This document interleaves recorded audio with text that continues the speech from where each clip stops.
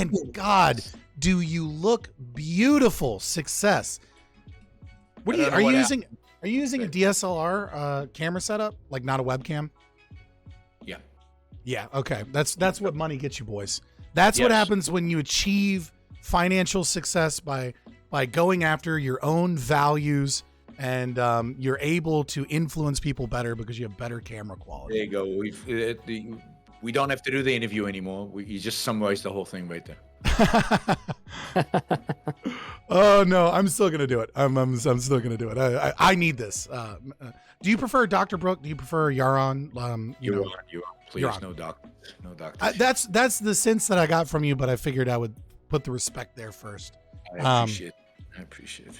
So I'm super excited to have you. I think this is like an amazing kind of little mixture we have here. Twitch Politics is a place that a lot of the millennials and Gen X and boomers like haven't really jumped into. It's a very Gen Z heavy place. And it was a place that I found was kind of like ripe for individualist philosophy and pro-capitalist philosophy and things like that. And so that's kind of where we attacked. And so I welcome you here. I'm very honored to have you here. And, how about we just get this show on the road and allow you to introduce yourself to the audience? Absolutely. Go for it. So you want me just to introduce myself? So the audience give yourself. Yeah. We're live streaming before you were even here. Watching, whatever. Okay. I'm Yaron Brook. I was until 2018. I was the CEO and president of the Ayn Rand Institute. I am today the chairman of the board of the Institute. I'm the host of the Yaron Brook Show, so I encourage everybody to come on over to the old technology called YouTube, where I do a regular show. I don't know how much of my background you guys are interested in, so if you want more, I'm happy to kind of give you the whole history. Yeah, so I sent over to your assistant kind of the script for today. But of course, if there's anything, I ignore it and I figure we wing it anyway. So I'm happy to go. I was. If we want the whole history, I was born and raised in Israel, and I read Atlas Shrugged. I was born and raised in Israel, and like everybody in Israel in those days, I was a socialist. I was a nationalist. I was a collectivist, an altruist. Everything Ayn Rand is against, except religion. I was never religious. I was an atheist since the age of 6, I think. And like many good Jews. Like many good Jews, yes. It's more typical of Jews than it is of Christians, which is interesting. Judaism is a kind of a culture and a culture that facilitates atheism, I think, better than Christianity does. But, when I was 16, a friend of mine handed me a copy of Atlas Shrugged, and it just blew me away. I'd never read anything like it. It challenged everything I believed in. Every single idea I'd ever conceived of, I'd ever heard in the culture in which I was growing up was being challenged. I refused to accept it. I argued with her. I threw the book on the wall. I yelled at Ayn Rand. And by the end of the book, basically I was convinced that she was right and I had been wrong.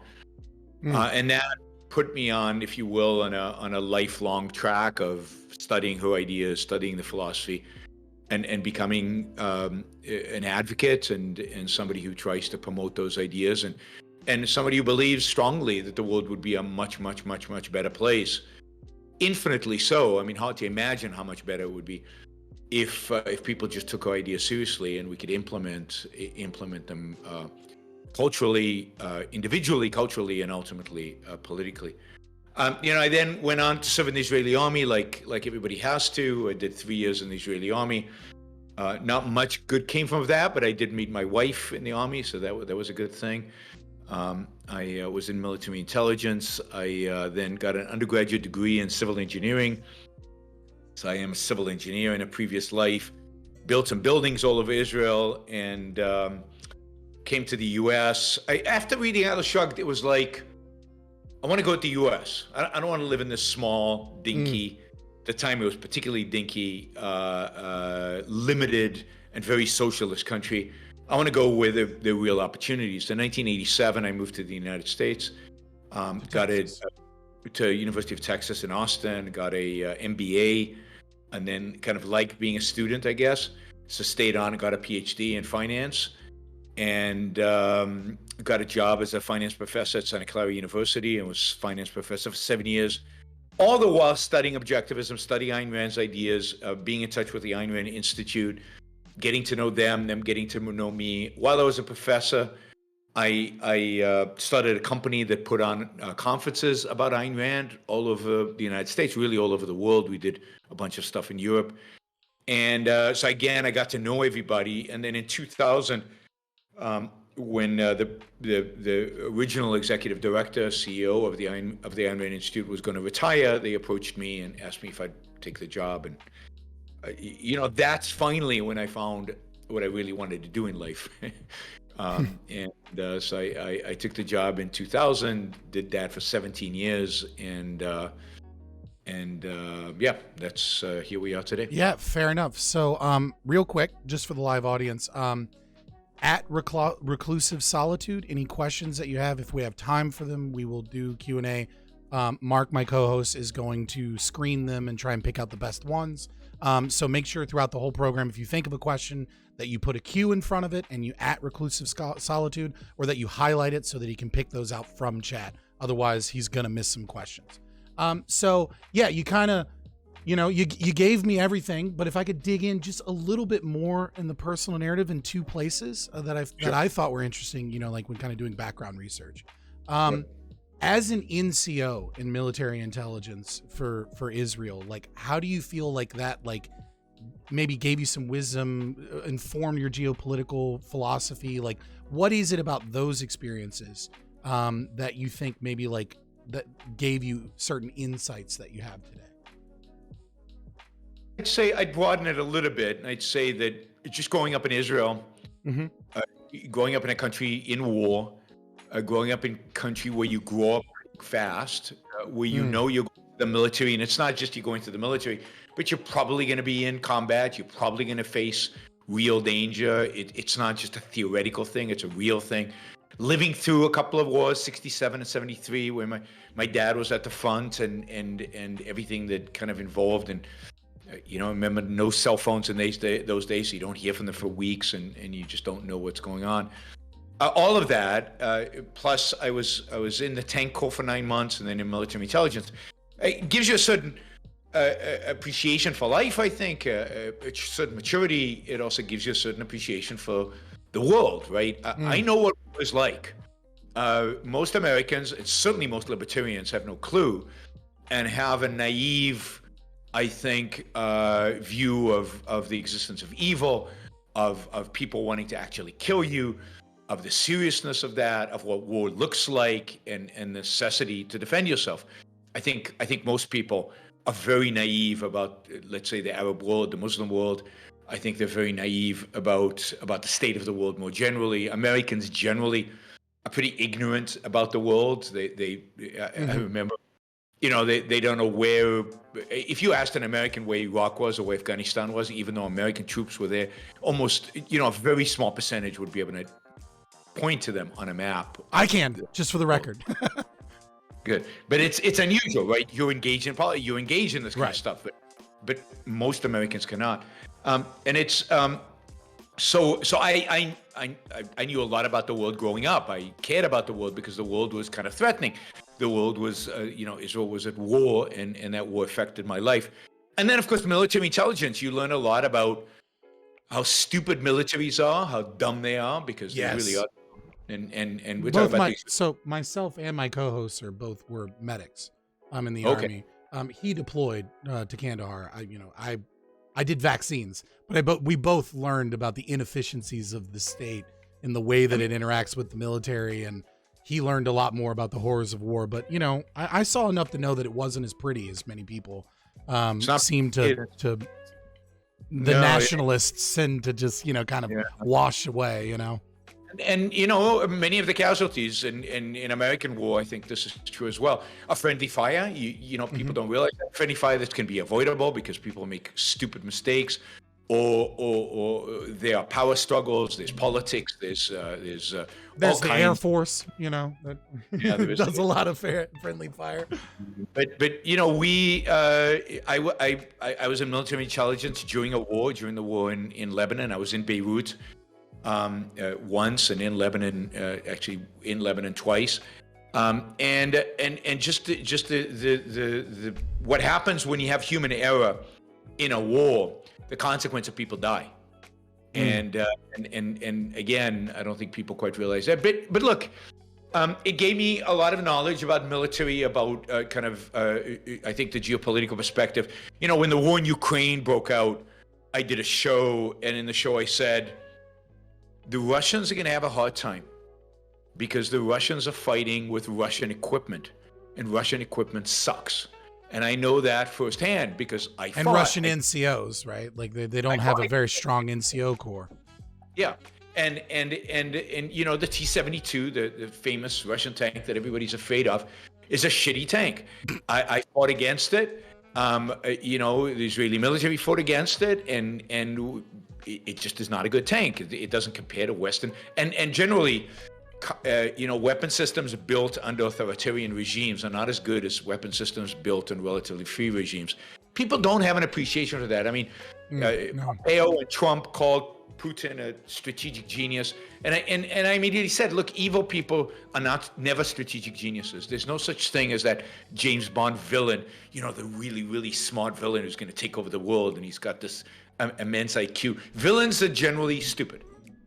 Dictators are generally stupid, and they might have a high IQ, but they can't apply it because their whole modus operandi is the negation of reality. Their whole way of functioning is to evade reality, so that they, even though they might have high IQ, they undermine it by the fact that they're trying to evade reality. They're lying to their own people. They're lying to themselves.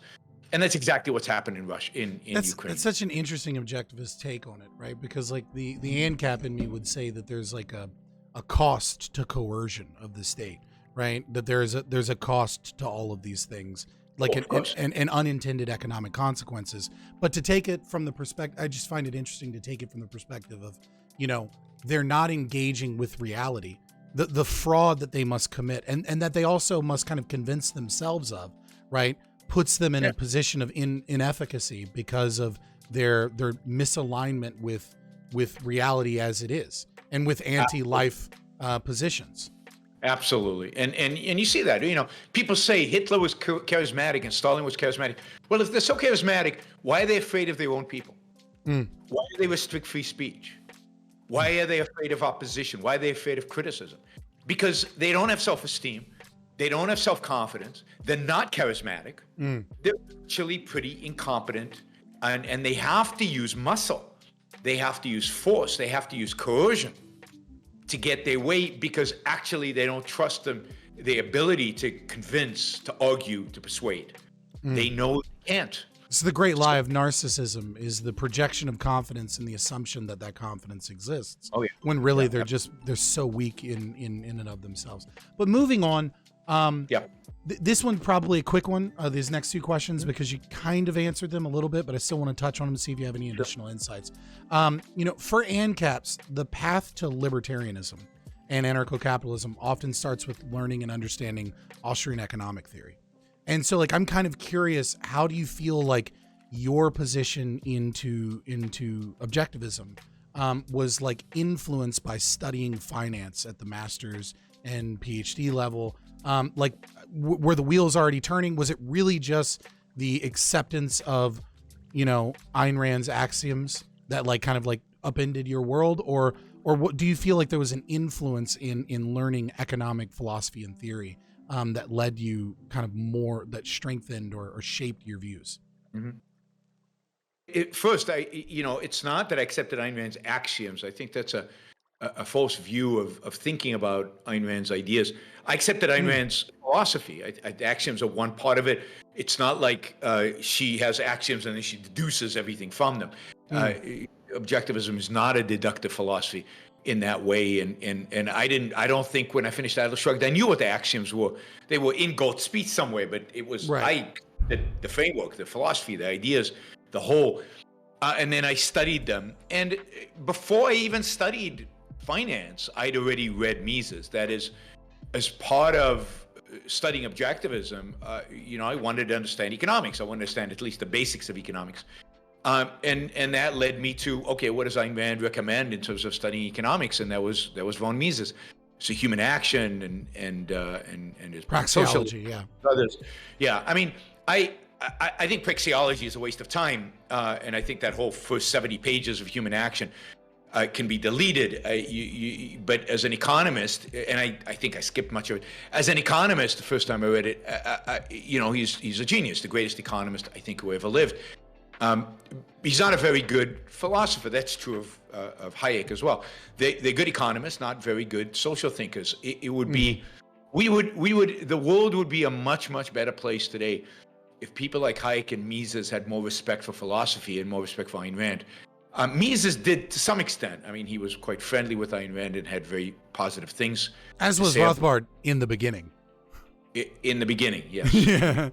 So he wanted to have his cake and eat it too, and she said no. But that's a whole other story. Let us not continue that war, Yaron. Well, we're going to, but we'll get to that. Right? We'll get to that in some further questions as well. Yes.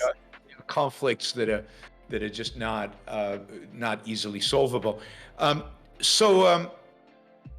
was interested in economics and studied economics and interested in, and I consider Austrian economics to be the right economics. I consider Rothbard a perversion to Austrian economics, and Mises the true Austrian. My favorite Austrian in a sense is Menger, because the founder, because I think he's the most Aristotelian of all of them, and the one that kind of lays the philosophical foundations. Mises slips into kind of Kantian deductivism too much, and then I think Rothbard brings subjectivism into the whole story.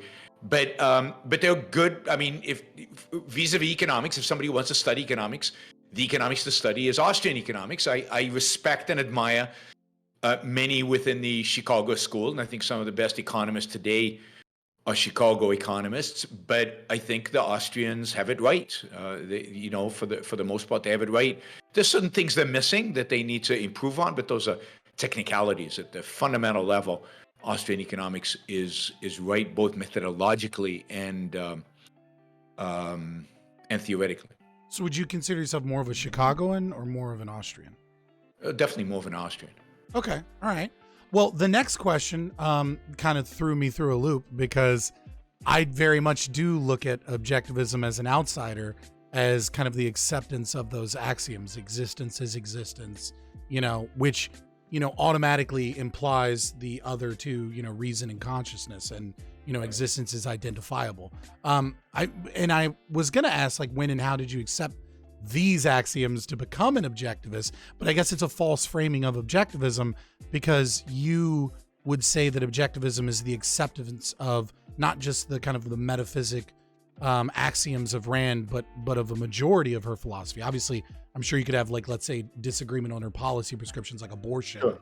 But could you maybe expound upon that a little bit, because now I feel through a loop a little. Yeah, objectivism is a system. It's not just one or two axioms. It's all the axioms, but everything that the axioms imply. But it's not like there's an axiom and then there's a direct link to, I should be an egoist. That's obvious. There's a lot of extra material that has to enter. There's a lot of data. There's a lot of empirical evidence that has to come in for you to get from metaphysics to epistemology to understand epistemology. I mean, she has a whole theory of concept formation, which I think is crucial. And only with understanding that can you really have a proper understanding of your ethics. So you have to kind of study and understand all these different layers of the philosophy. And of course, the power of her ideas is such that she conveys much of this, and she conveys the essence of these ideas in novels. And you can really get it in a novel. So it's not a philosophical treatise, but even if you don't read Galt's speech, you just read Atlas Shrugged, you get the essence of the philosophy from the characters, from what they do, how they behave, from the plot, from who she implies as good guys and bad guys, and why the bad guys are bad and why the good guys are good. You get a sense of her philosophy from that to really study it and understand it, you have to go deeper and have to go into Galt's speech and then have to go into her nonfiction. But for me, reading Atlas Shrugged was enough for me to say, yeah, this is probably right. I don't fully understand it. I don't fully get it. I have to study it. I have to learn more. Intuitively, though, you're like, this feels correct. Right. Yeah. Which I think is the power, I myself, like, I'm not an objectivist, obviously. But, I would recognize at the very least that the axioms of objectivism must be true. And if they are not true, existing in the world as I exist is a performative contradiction. Right. And so, but what I think you might be doing, maybe just a tad bit, is I think you might be smarter than your average bear. You started this off by talking about the fact that most Americans couldn't find Iraq on a map. I don't know that they'll necessarily just get it intuitively by reading Atlas Shrugged, but I do think if I could just real quick, the reason, maybe if I could back up that intuitively, the reason I think some of it is intuitive is because she is describing reality as reality is. And so I think there is a certain intuition with creatures that exist in reality in maybe hopefully seeing that laid out and kind of already knowing, but being deprogrammed almost in a way. That's part of it. I think it's also, she's presenting heroes that you admire and respect, but that are challenging for you because they're different than heroes that the rest of the culture present to you. So she challenged you to think about, why are these people heroes and why is our culture not presenting, for example, she presents businessmen as heroes, the activity of business as a heroic activity. And we live in a culture where it's exactly the opposite. Businessmen are portrayed as villains and their activity is portrayed as a vice. So I don't think you accept the philosophy intuitively. What you accept is, what you get is, you get a general sense, you get an understanding of the basic principles without all the details. Those you have to study, but you can get them from the story because of the kind of heroes and because of the kind of world she's portraying. But it's true. If you don't believe existence exists, there's nothing to talk about. If you don't believe we're conscious, then what am I talking to? A vegetable, right? If we don't believe, if we don't believe there's free will, then why have a conversation? Because I can't change your mind because you're pre-programmed to believe what you believe, and you're going to believe what you believe either way.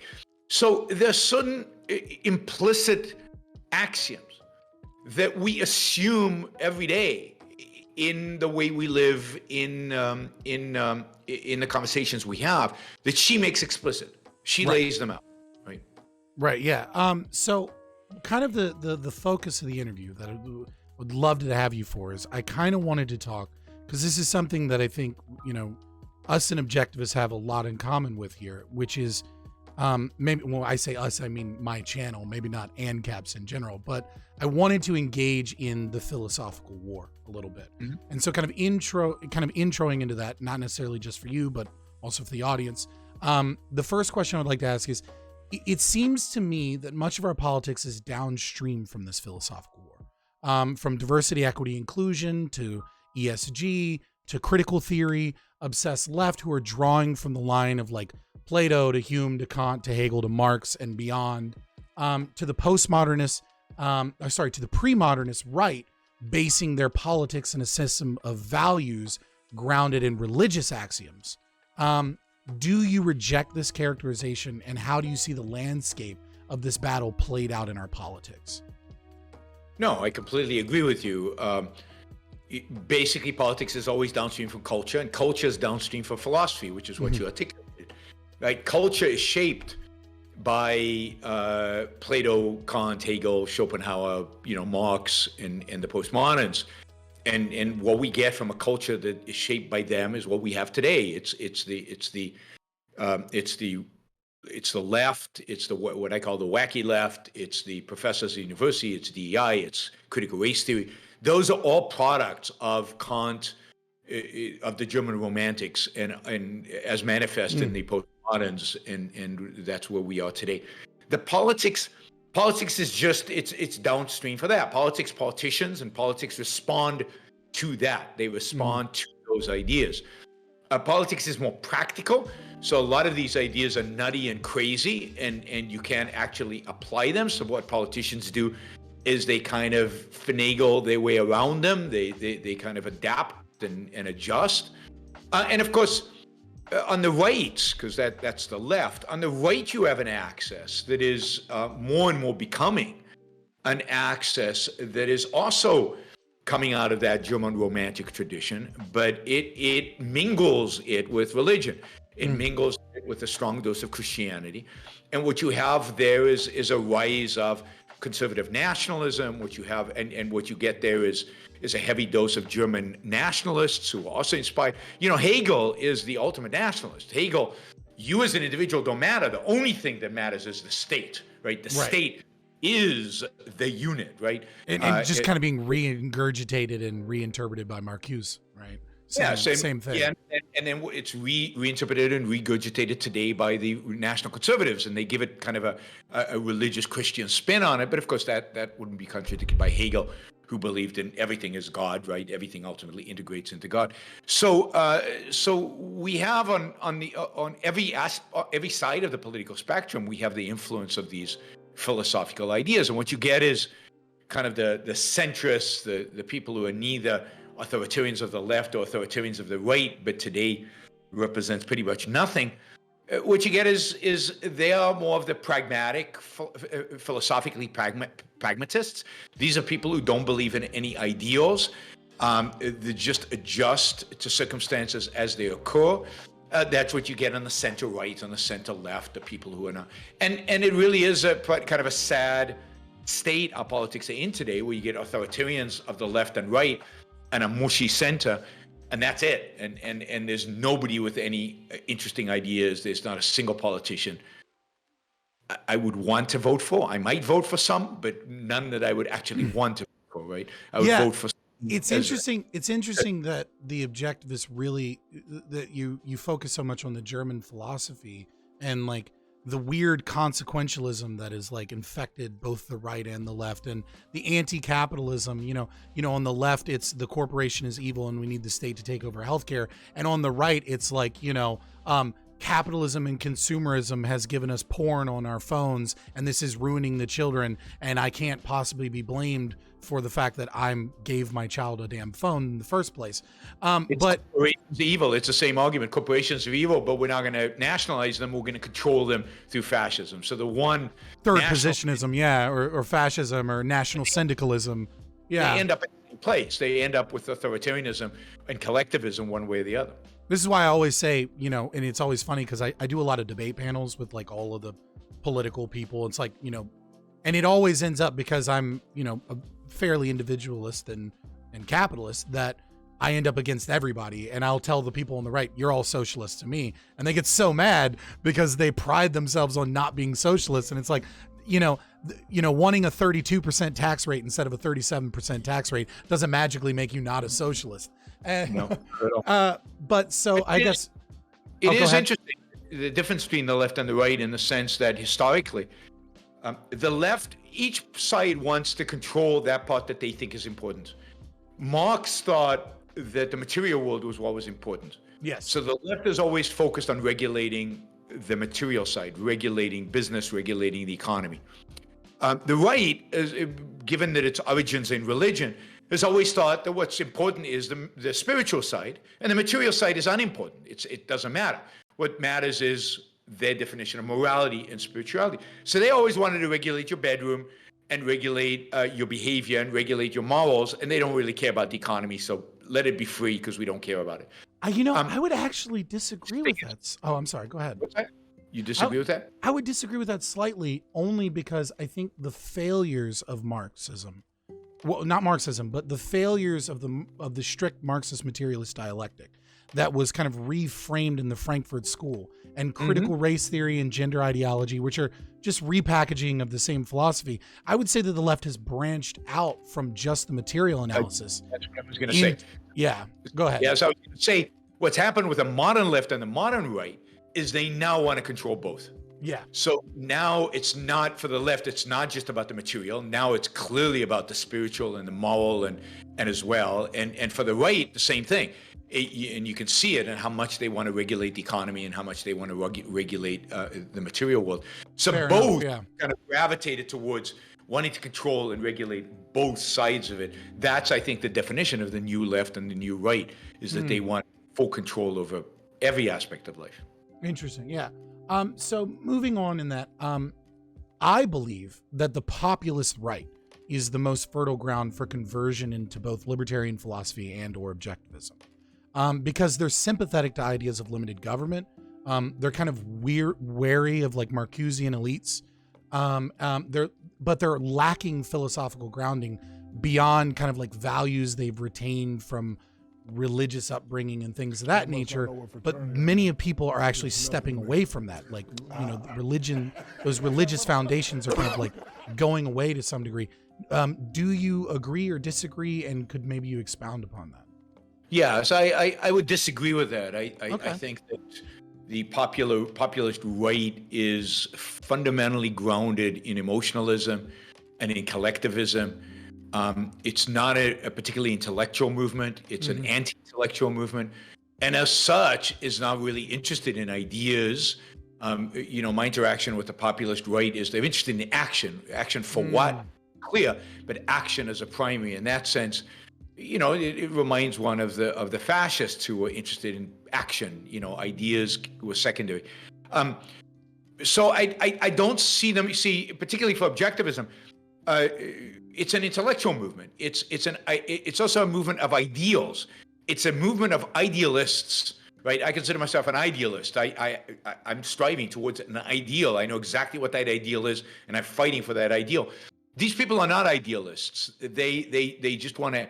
They want to act. They want to make things a little bit better. They don't know how much better.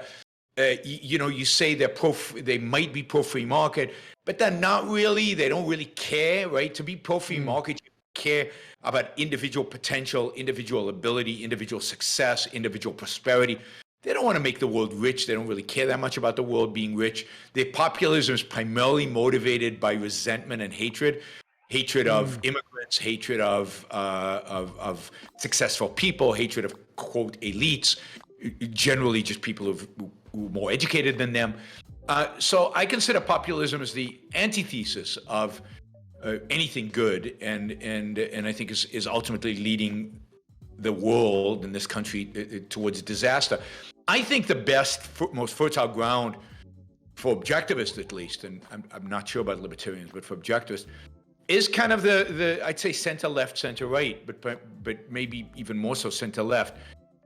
People who respect science, engineers, people who've kind of rejected the wacky left, but you know, the Steven Pinkers of the world, people who like Steven Pinker. Right. That world, that is, I think, where we have the most to gain. So when I first did Dave Rubin's show, so I did an interview with Dave Rubin years ago, and this was it when he was in the process of moving from the left to the right, and and most of his audience, I'd say, was still left, but like center left, not the wacky left that he'd abandoned already, like neoliberal left, yeah.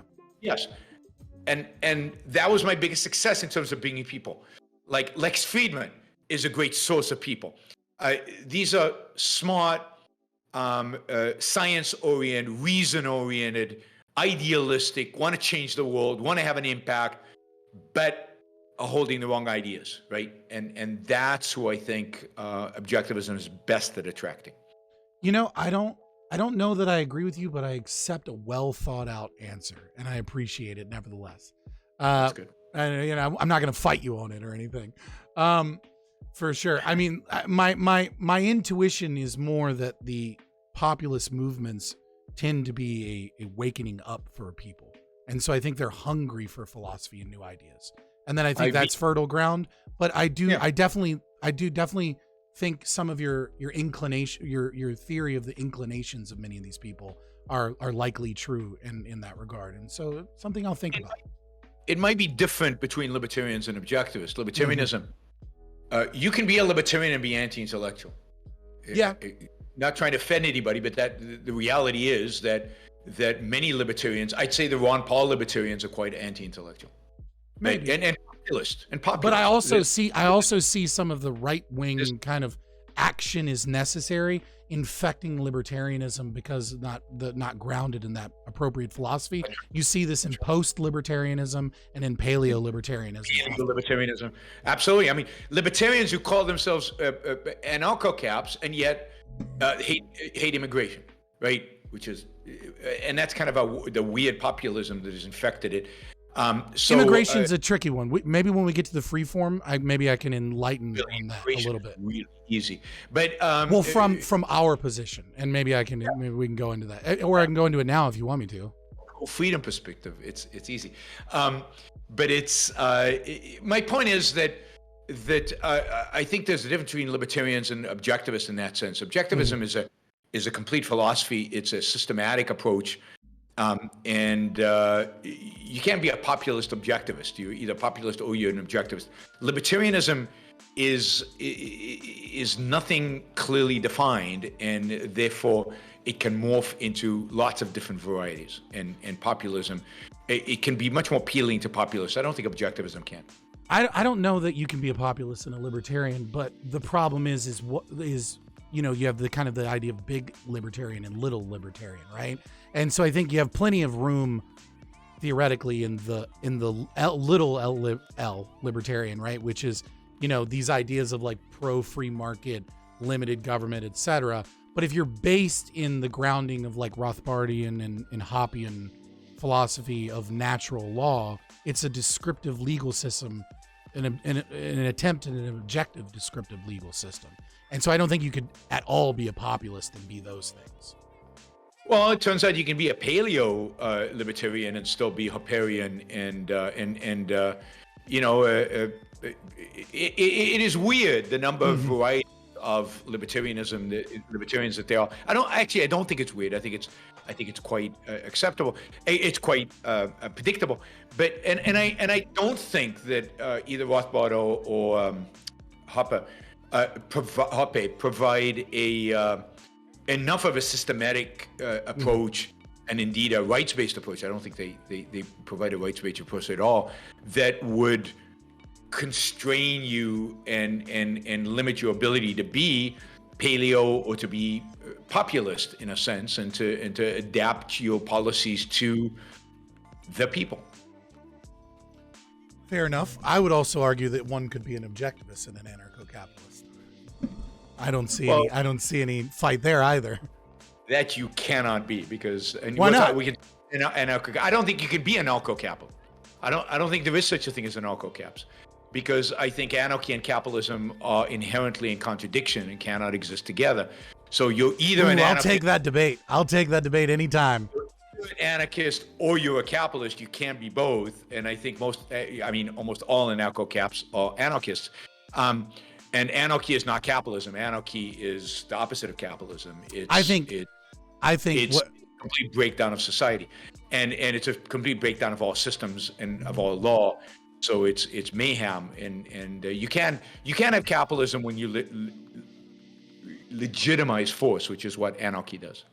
Yeah, I would just say that is unequivocally not true. I've debated many an anarcho-capitalist on this, and you know what? I'll take that debate anytime you want. For today, I'm trying to build bridges. All right. I would say that interpretation is an unfortunate side effect of when collectivists have murdered Sade and shit on the writings of Tucker and Spooner and Voltairine de Cleyre and Josiah Warren and even Proudhon himself, and have absconded with the name of anarchism and destroyed its individualist philosophy. I don't think that's the issue, because I've read David Friedman and Rothbard and Hoppe, so it's not an issue of distorting the origins of anarchy. I understand it all, that you would argue that they are falsified or the interpretations are wrong. But the fact is that it is not my point is that it's not a workable system, and it's a system that is anti-ethical to the principles of capitalism. So the two cannot survive together. I disagree. But unless we want to turn this into a debate, maybe we can do something some other time. But I think you're just wrong. We're going to have to agree to disagree on that. Interesting enough, the last question before kind of a more free-form discussion that I wanted to open up to, because my follow-up question was predicated upon a response you did not give, which is okay. That happens. I love surprises. So as a member of the Mount Parilan Society and known advocate for free markets, what do you think we can do to convince people of the need to reduce market regulation in state intervention in the economy? Is it enough to dispel the myths against capitalism, or do we need to like reinvigorate people's passion for laissez-faire capitalism? Should we be making like a consequentialist argument to these philosophically consequentialists, or should we be trying to like, you see what I'm saying, right? Should we be focusing on individuals? Like, how do we fight that fight to reduce that state intervention in the market and get us back to laissez-faire? Or some closer to it, at least. Never really been at laissez-faire, but to get us closer to laissez-faire. Except for maybe like Kospaya, Republic of Kospaya, 1440 to 1826, I think. Regardless. All right, I'll have to look that up. I guess I found a hole in my knowledge, but no, there's as far as I know, there's never been laissez-faire, real laissez-faire capitalism anywhere in the world. And certainly I wouldn't consider anything in 1440 to be laissez-faire capitalism. They didn't have the concepts. They couldn't create it. There was no the concept of, you can't have capitalism without individual rights, and you have to have the concept of individual rights, which you don't get until Amsterdam in the 17th century, and then Locke in the 18th century, and then the founding fathers. But and even they, I don't think. They came as close as they could. I don't think you really get a full understanding of individual rights. That's fair. But I would say Kospaya is the closest. Yeah, so I would say, sure, you could convince people for a little bit less regulation. You can convince people to reduce government intervention a little bit through some consequentialist arguments and some just political arguments, and maybe even some populist arguments.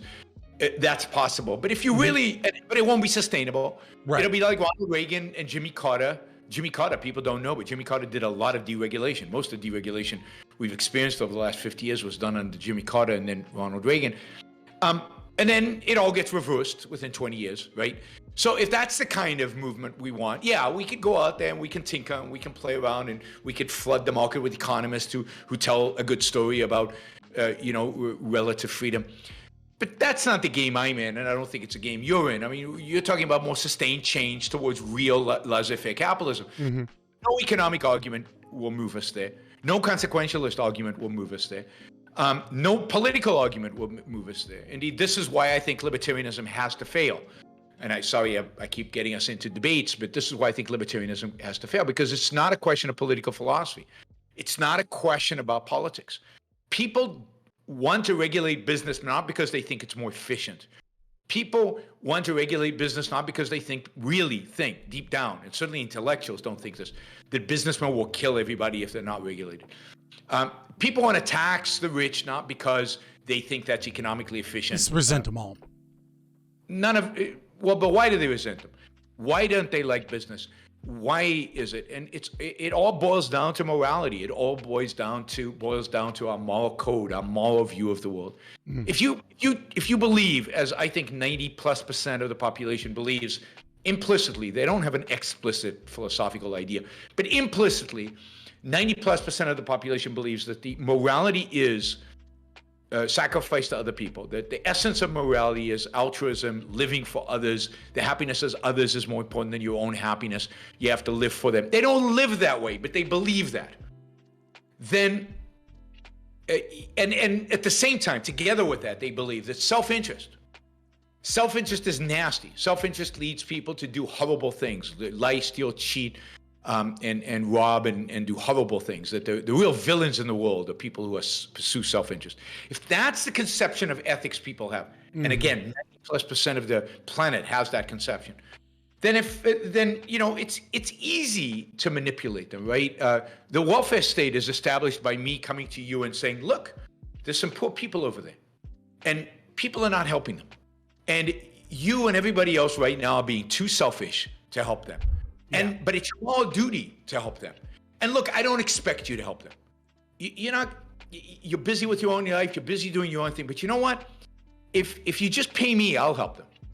And I'll just raise your taxes a little bit, and you can vote for it, and you say, sure, it'll reduce my guilt a little bit, I'll feel a little bit about myself, and you take care of the problem, and I don't want to hear about it, I don't want to see it again. I mean, the whole outrage about homelessness in San Francisco is not about homeless people. It's about the fact that people see them.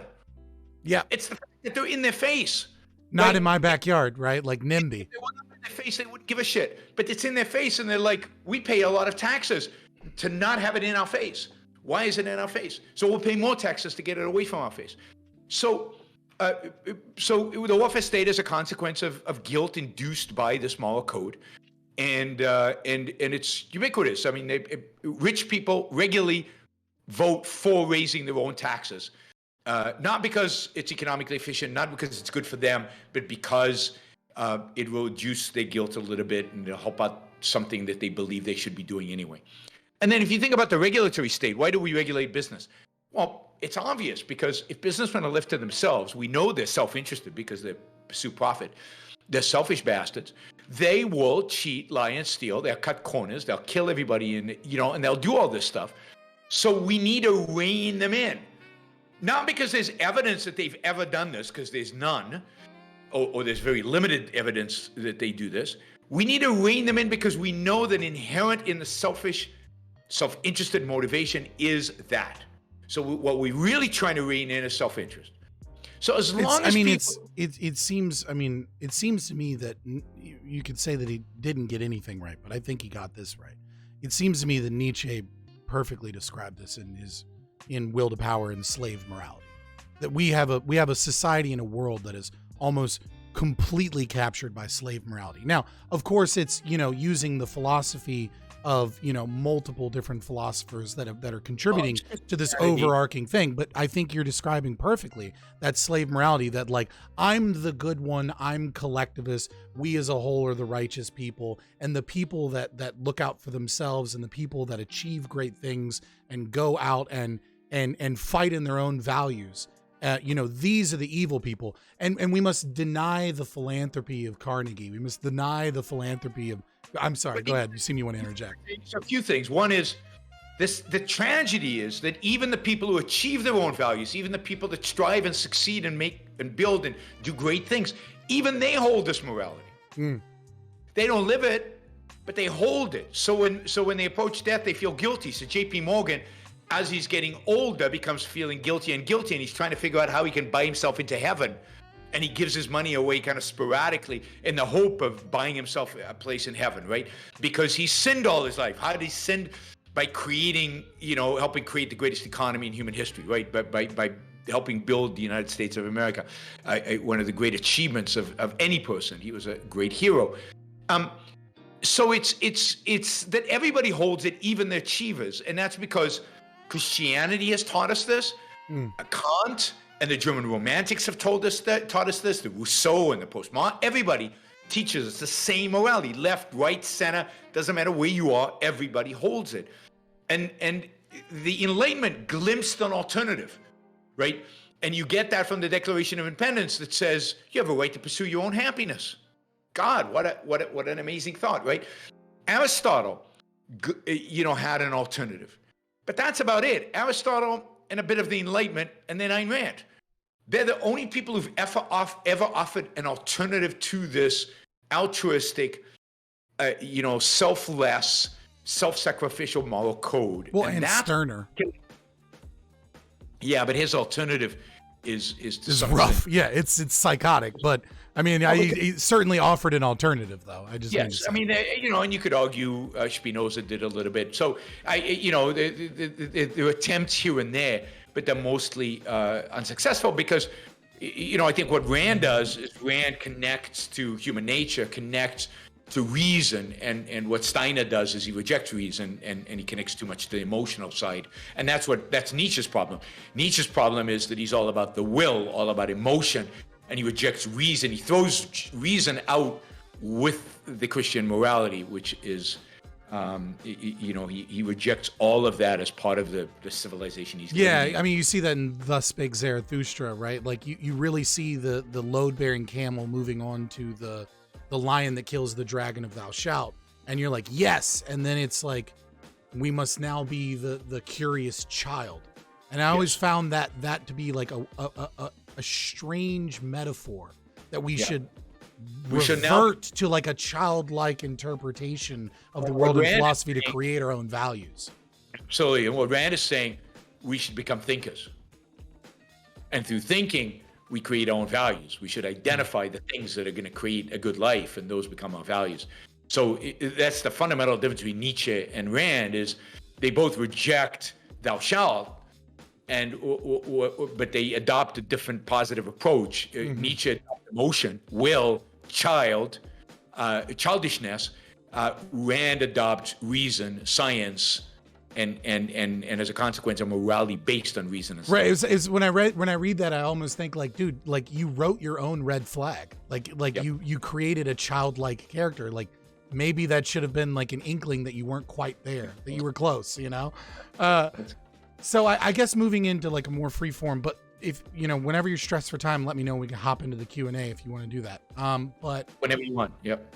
Yeah, whenever you want, because I stream, we do like 7-hour streams every time, or 5 to 7. So for whatever reason, which I think we've seen some of those reasons in this conversation, but for whatever reason. 7-hour stream. I'm just curious. What's that? How do you monetize a 7-hour stream, or don't you? Well, there's advertisements, so that's part of it. Some of it is donations.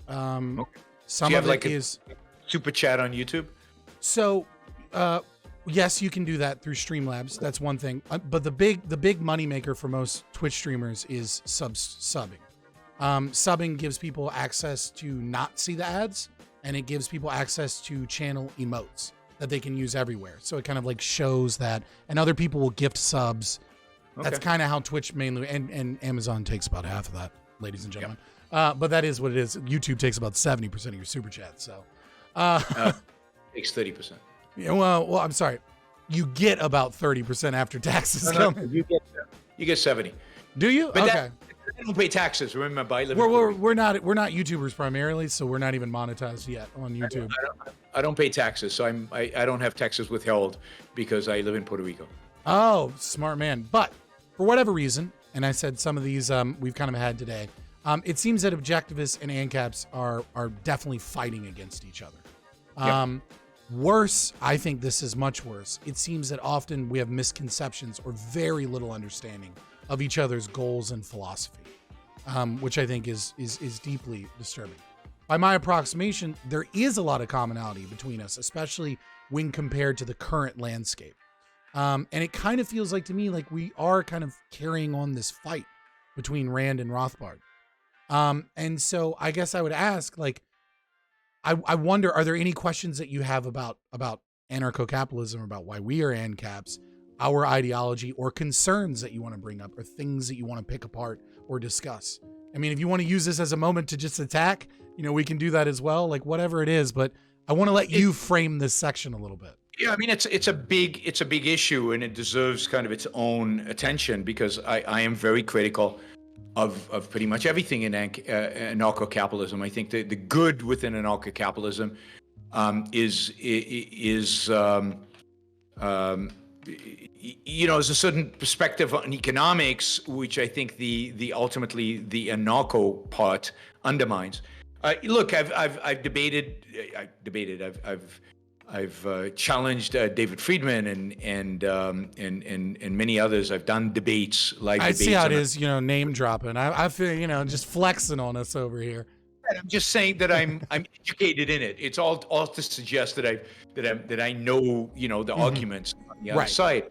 And knowing the arguments on the other side, I would say that the war, as you describe it, between ANCAPs and objectivism, is not a personality war. It's not about Ayn Rand versus Rothbard. It's a fundamental philosophical difference. And I think that most ANCAPs are innocent in a sense that I don't think you fully understand the philosophical implications of your positions. I also think that ANCAPs, I can't remember where I said this, but I said this once and people laughed. ANCAPs are super smart. Mm-hmm.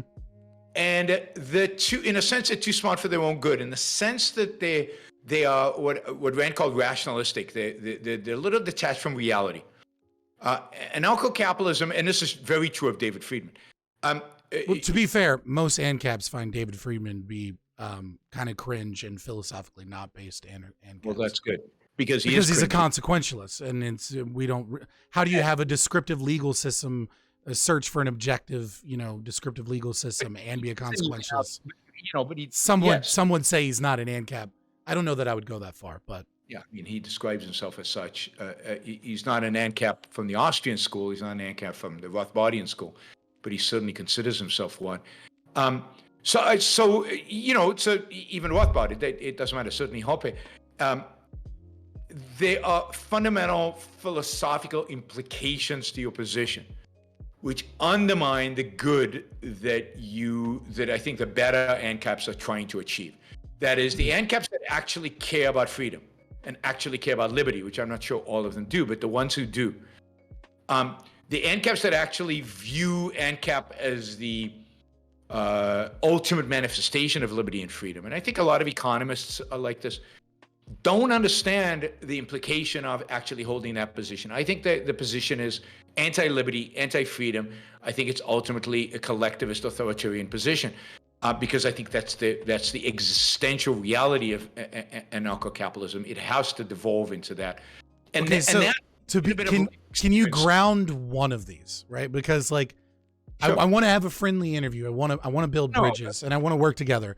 But you've said a lot of things, but what you've made is claims, and I just want to I want to why, so we can pick that apart at least to some degree. Me too. I mean, we could go in a number of different directions here, and just pick one. Sure. So, for example, anarcho-capitalism implicitly rejects the idea of individual rights and the individual rights as a organizing principle of society. And how? Because there's no way to enforce them. There's no enforceability to individual rights. It leaves that enforcement to an environment where there is competition over force, over the application of and a party who decides that they don't like individual rights and they don't respect individual rights and don't believe in individual rights, if they can attain enough capital and enough power, military power, force, will override everything else. There's no limitation. There's no constraint on what can be done, and this is why you get crazy positions that some anarcho-caps come to, which can be in an anarcho-cap. So let me go back to that. So right, you're making the warlords argument, right? Which is that it's a might makes right. You're saying might makes right. Yeah, I think anarcho-capitalism is might make right, not because I would say your position is. Let me just finish. Not because I think you think might makes right. I think that is the actual application of it. That is the manifestation of it. That's what it turns out to be in reality. It turns out to be might makes right. In order to create a marketplace, in order to have a legitimate market, the first thing one has to do is take force out of it, is extract force from that marketplace. What anarcho-capitalists want to do is create a marketplace in force. That in and of itself is a contradiction. You cannot have a marketplace for the thing that is required to be eliminated in order to create a market. So how would you eliminate force? You eliminate force by creating an institution whose job is to extract force from social interaction. By creating a monopoly on force. By creating a monopoly over the use of retaliatory force, yes. And then how do you keep that? And how do you keep that limited? I feel like we've had plenty of those experiments. Well, but it seems to be that you're making an argument, a consequentialist argument, that it must devolve into warlordism, and your prescription is limited government, in a monopoly on force, and yet we've seen that devolve into authoritarianism and abuses of force. And I don't really see a strong argument there for the idea that we are in the belief system that might makes right, by saying that we should have voluntary interactions and that those voluntary interactions should be set up. Also, I would like to point out that there's no contradiction between. I don't believe that all voluntary interactions are okay. I don't believe that voluntary So interactions. what form of coercion should we do to maintain a No, free so I'm market? saying that some voluntary interactions that lead to slavery, or voluntary interactions that lead to abuse of children, or voluntary interactions that lead to all kinds of outcomes, are not legitimate, because they violate rights, because they're rights violating. So there is a principle that guides what it is indeed acceptable as voluntary interactions, and that principle is individual rights. And to do that, you have to have an institution that both helps define what individual rights are and how they apply, and that helps adjudicate disputes around individual rights, and then has the authority to ultimately resolve those disputes, if necessary, by the use of force. And anarcho-capitalism does not solve any of those problems. It actually exacerbates them, because you have a competition over different definitions. You could have competition over different definitions of individual rights, and you could have different entities that have different. But look, if we want to have a debate on anarcho-capitalism, we can. You asked me to give you a couple of things and to make them real. I was hoping you'd give me like a grounded argument, and I'm not hearing it, unfortunately. The philosophical argument is the argument that you in order to have individual rights as the organizing principle of society, you have to have an entity that has the monopoly over the use of force. You cannot have individual rights as the governing, in a sense, principle of voluntary exchange, without having some institution that's responsible for enforcing that. And that institution, to enforce it, the only way to enforce it is by having a monopoly. And we can talk about history and whether we've ever tried this, and what the evolution of government is showing us. And I would say that governments over the last 5,000 years have generally improved. And one could suggest that there's a lot more to improve. But life has been pretty good in the West over the last 200 years. Yeah, pretty I mean, good. I would say that innovation and technology and a lot better, but it's been pretty good. Let's not negate that fact. I don't think we're negating. Oh man, let's see. I'm so triggered right now, Yaron. I'm so triggered.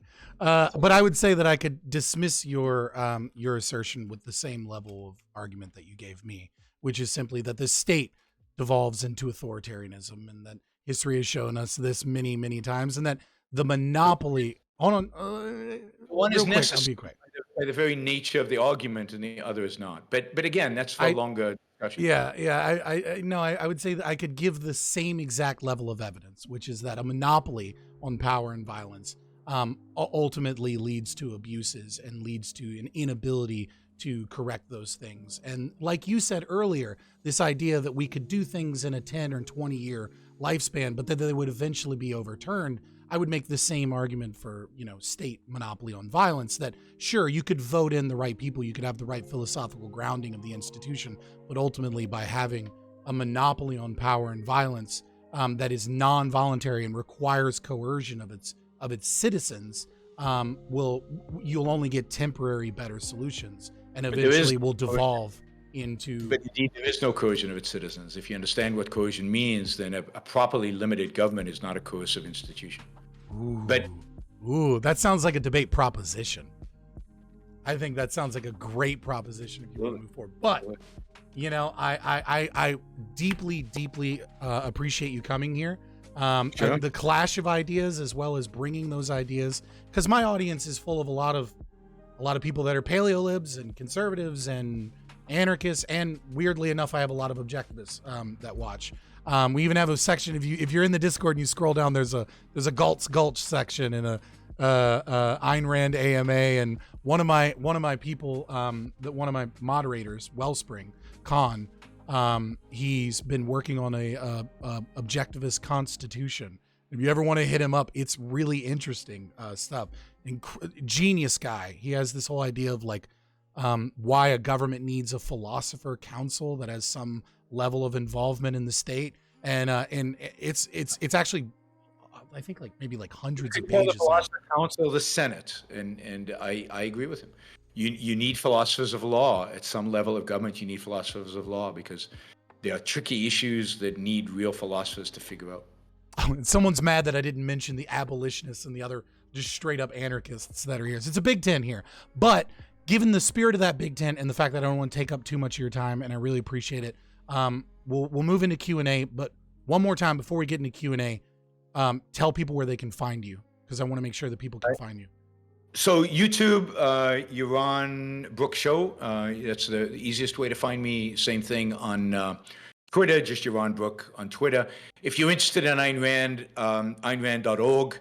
And for those of you who haven't read Atlas Shrugged, The Fountainhead, Virtue of Selfishness, Capitalism, Unknown Ideal, I highly, highly recommend you get one of those books. You can get them for free, actually, from the Ayn Rand Institute. Particularly if you're a student, you could just write them in and they'll send you one of the books. That reminds me. You can download one. Yeah. We emailed the Ayn Rand Institute because I do philosophy reading nights. And I was asking if I asked them, I was like, look, sometimes we read philosophy and discuss it, and I'd even bring on an objectivist. Could I read some on stream without DMCA issues, because we like to discuss the philosophy and read stuff?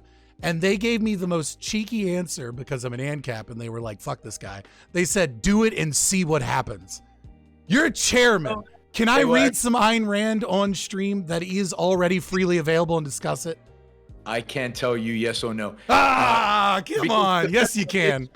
No, because I don't own rights, and neither does the Ayn Rand Institute. I mean, you're dealing with Penguin, you're dealing with a publisher, and it's a question. I can't. If I said yes, I don't have the authority to tell you to do that. So I think their answer was actually the right answer. So if I risk it, we'll just see what Penguin does, and not. Won't have any worries from the Ayn Rand Institute. The Ayn Rand Institute is not going to come after you because you're reading a segment from one of Ayn Rand's books. No.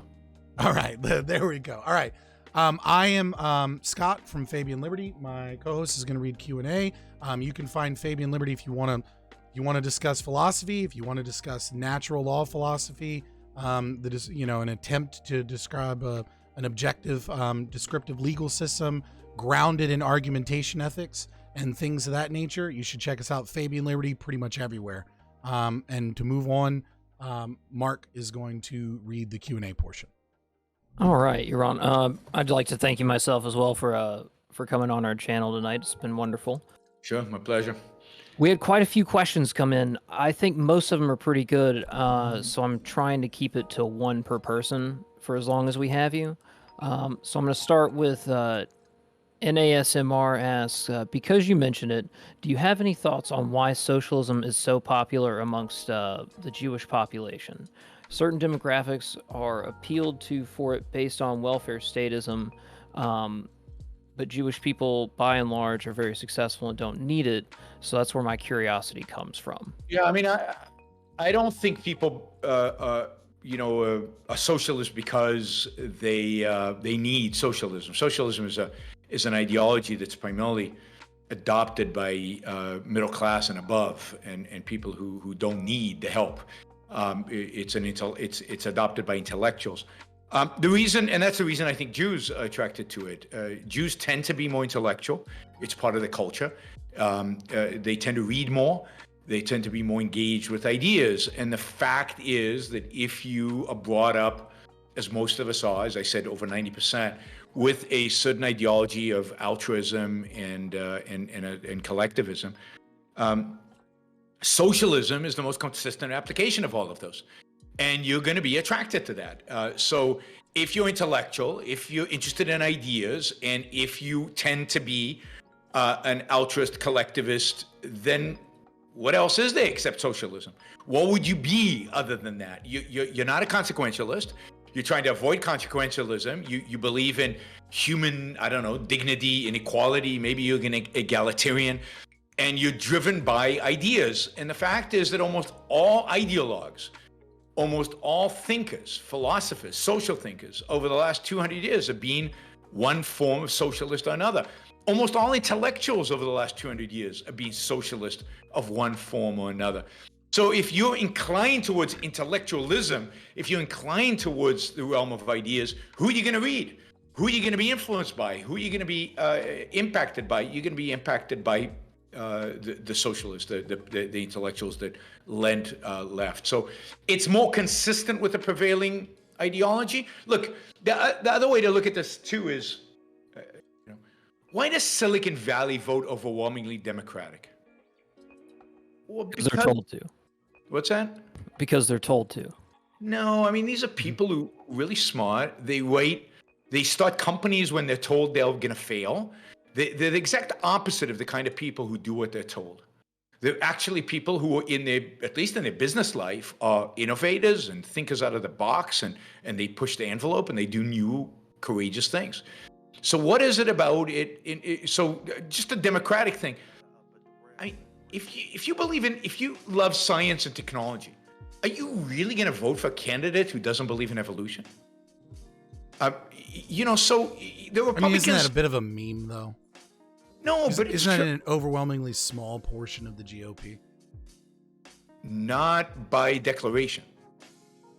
So if you look at every candidate running out there, part of the GOP, I remember this. They bring them out on stage and they ask them, "Do you believe in evolution?" And 9 of the 9 presidential candidates all say no.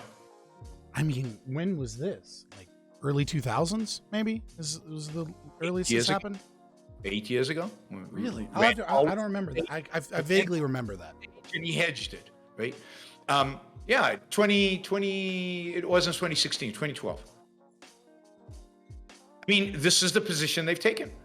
It's not one that's talked about a lot today, but it gives you a certain approach to the mentality. The mentality of the right is a mentality guided by religion. The mentality of the left, they want to believe, is guided by science and technology. So they're not at all. I mean, they're ideologically captured. Yeah, fair enough. I think they believe they fooled themselves into believing they're still pro-technology and pro-science. All right. So from one of our objectivist computer carnage, why is egoism/selfishism so unpopular? Why does altruism seem to transcend culture and be the world default? Yeah, I mean, that is a great question. And I think that the main reason for that is that for 2,000 years, at least 2,000 years, the altruists, primarily in the guise of Christianity, have framed the debate. And they framed the debate in a way that has presented egoism as nasty, right? If you're an egoist, you're a lying, cheating SOB.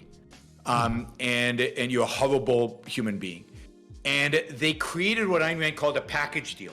They packaged into this concept of egoism the Hitler and Stalins of the world, and the Steve Jobs and the entrepreneur, right? So selfishness is the businessman and the bastard who would kill and destroy anything in order to attain their whim, right? And that package deal, that association has held strong because the culture is being so dominantly influenced by an anti-self-interest mentality. And where does that come from?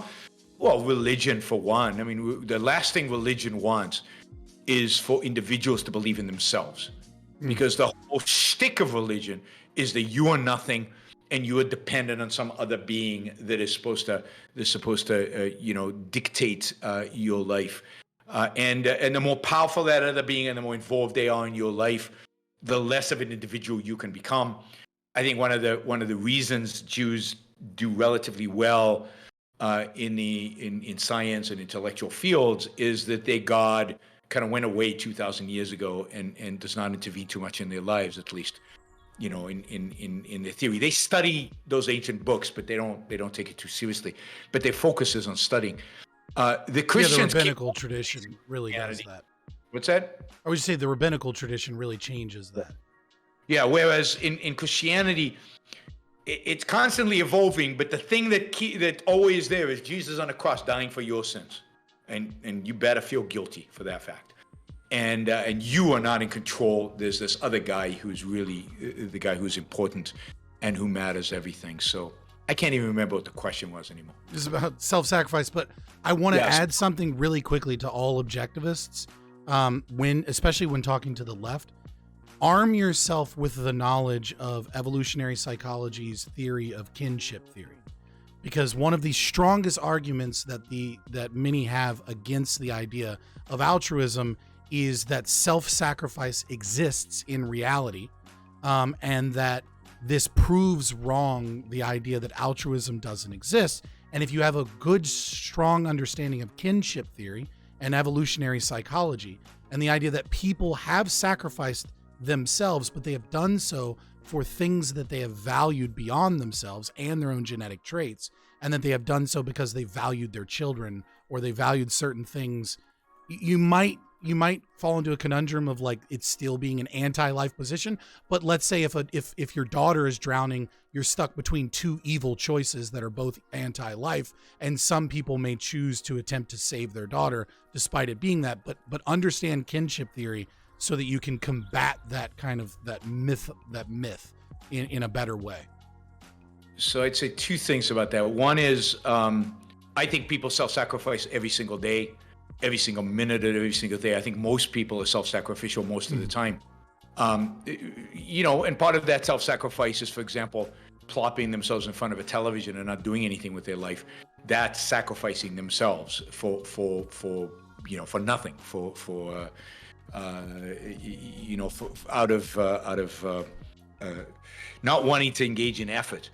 But the second thing is, even without evolutionary psychology, and I'm skeptical of evolutionary psychology generally, as a field, I think it's still I mean it as a debate tactic because I'm in the Twitch politics space. But yes, but I'd say beyond that, I'd say, well, of course, if my child is life is at risk, I'm going to jump in and try to save them, even if it means costing my life. But that's egoistic in the sense that my child is valuable to me. And a life without my child, or a life without trying to save my child, is of less value to me, right? Yeah. Living knowing that I didn't save my child is hell, right? Right. It's two anti-life choices, essentially. Well, no, I would actually say that saving the kid is pro-life. Okay, it's fair enough. Whatever life you have, whatever life is left, this is you fighting for it. Whereas giving up on the child, assuming you love the child and assuming you had the child out of your own free will and so on, abandoning the child is a death sentence to yourself. Fair enough. From the king objectivist himself, I'll stop talking. I'm not a king objectivist, no. Prince, maybe? Just a finance guy, yeah. I mean, finance is where a lot of the power is. So, from Jonathan UKC, Ayn Rand talked about how the separation between church and state brought peace among men, and that we can achieve the same if the state was separated from the economy. What is the best way to communicate to people that these separations can bring peace among men? Well, if one understands that the fundamental nature of government is force, the fundamental nature of government is the use of force, then now you have to ask the question, when is it appropriate to use force? And you ask people, when is it appropriate to use force? And almost everybody will say, well, in self-defense. Right, cool, that's it, end of story, right? So congratulations on becoming an ANCAP. No, not quite.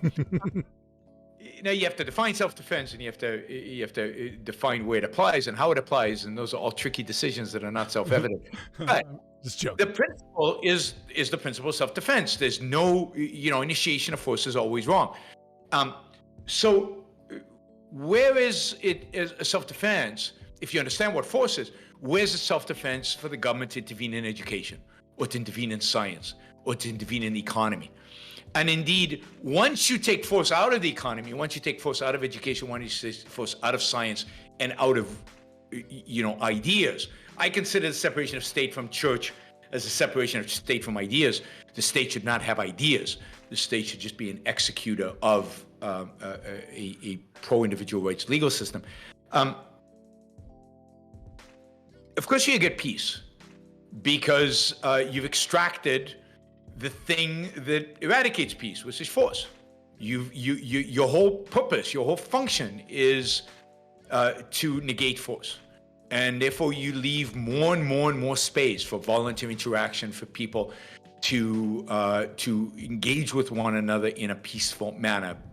Today, in the marketplace, the force that is exerted, almost all the force that is exerted, is government force. There's a little bit of fraud that is done by private individuals, but almost all the force exerted today in the marketplace is by government. So separation of state from economics reduces one area where force doesn't belong and makes it clear, right? It's a separation. Force doesn't belong here. Declaration. And now we just need to make sure we cover all the realms of human interaction where force does not belong. Economy, education, science, ideas, and I'm sure there are a few others.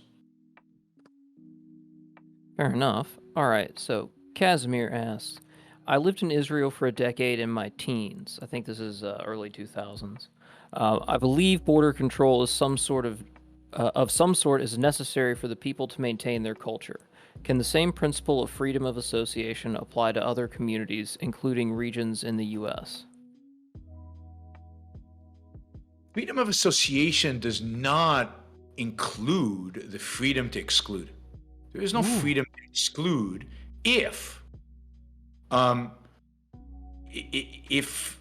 other person has property. If that other person has bought property into your free association, right? You don't have a right to say, once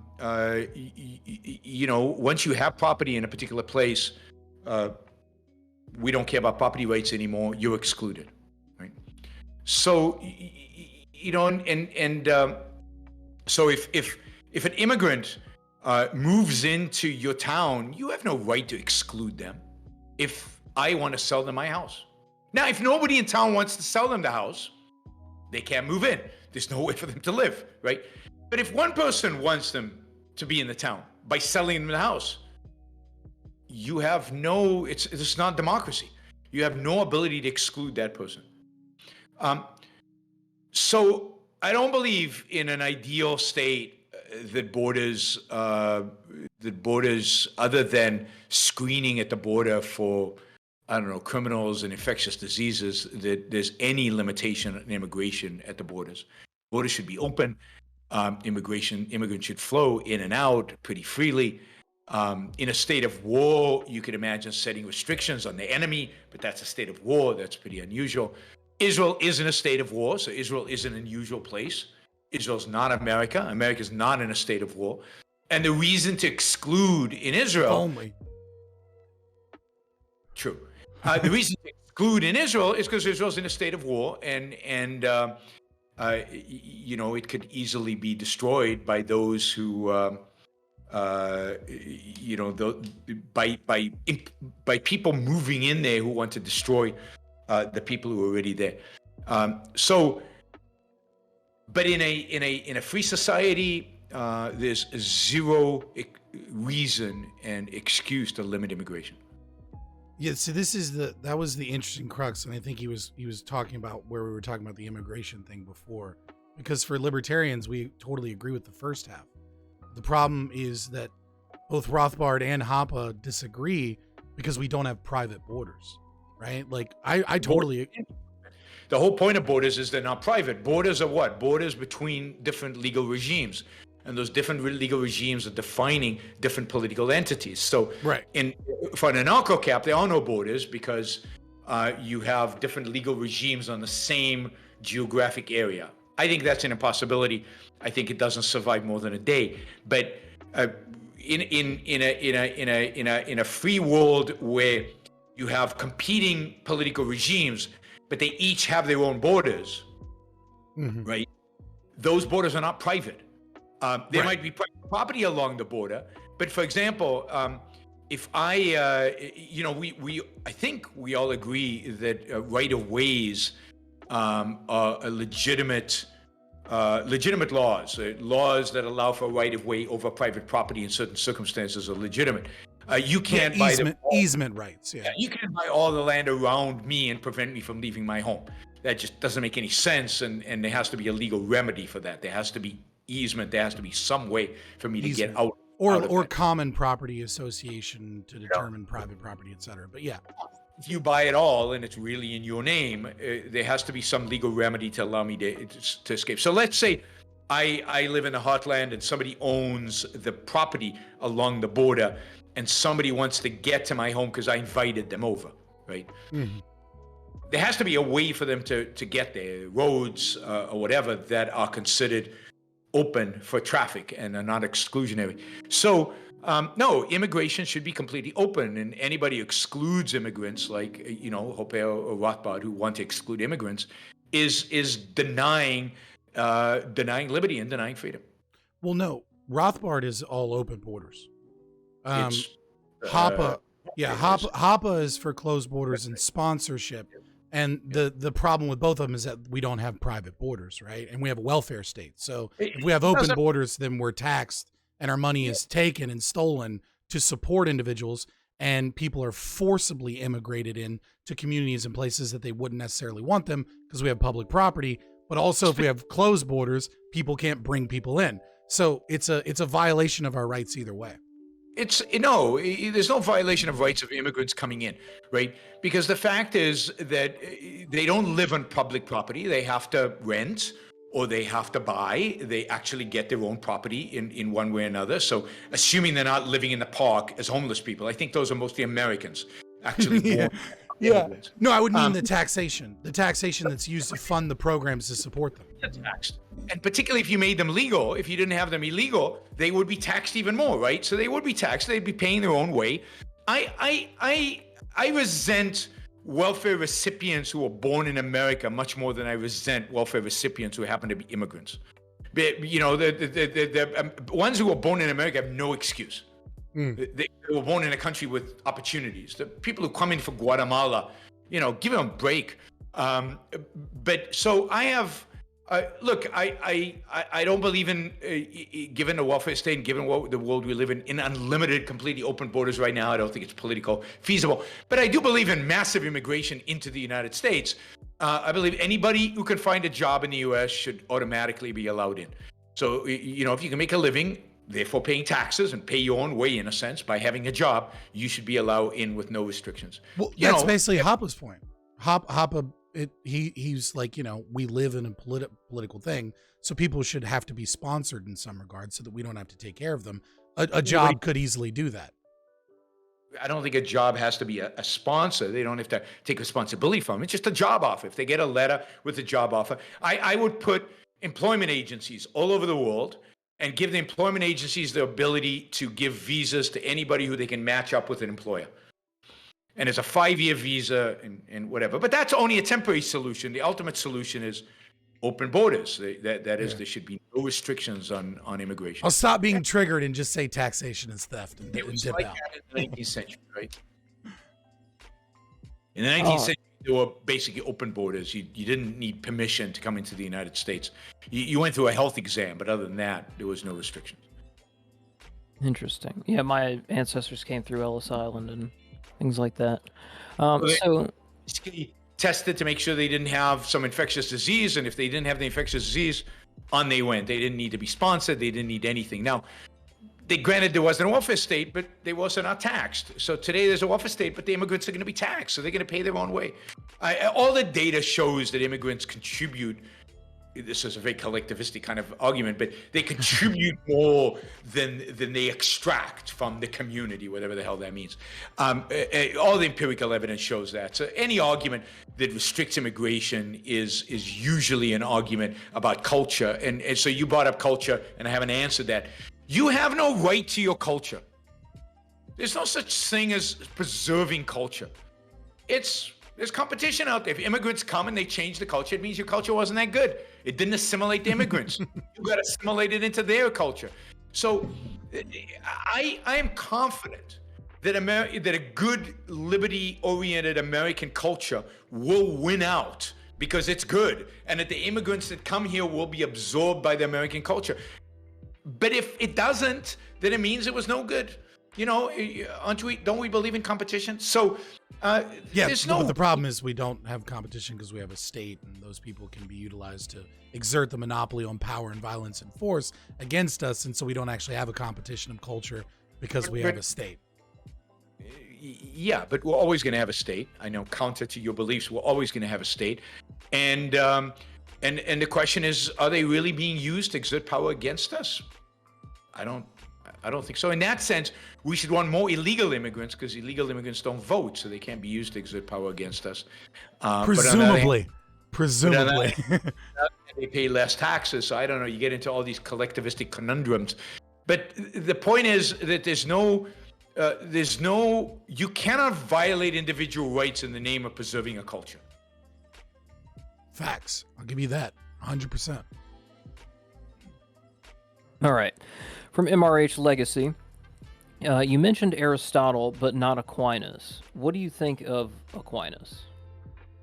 I think Aquinas saved the world. I mean, Aquinas is one of the great heroes of history.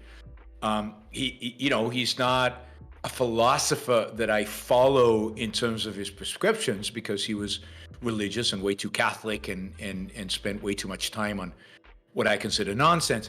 But he was one of the great geniuses of all time, and to his great credit, he brought reason and this worldliness into the Catholic Church, into Western civilization, at a time when the Catholic Church and Western civilization had rejected reason and had rejected this world. And in that sense, he made the Renaissance possible, which made the Enlightenment possible, which made America possible, which made our quality and standard of living possible.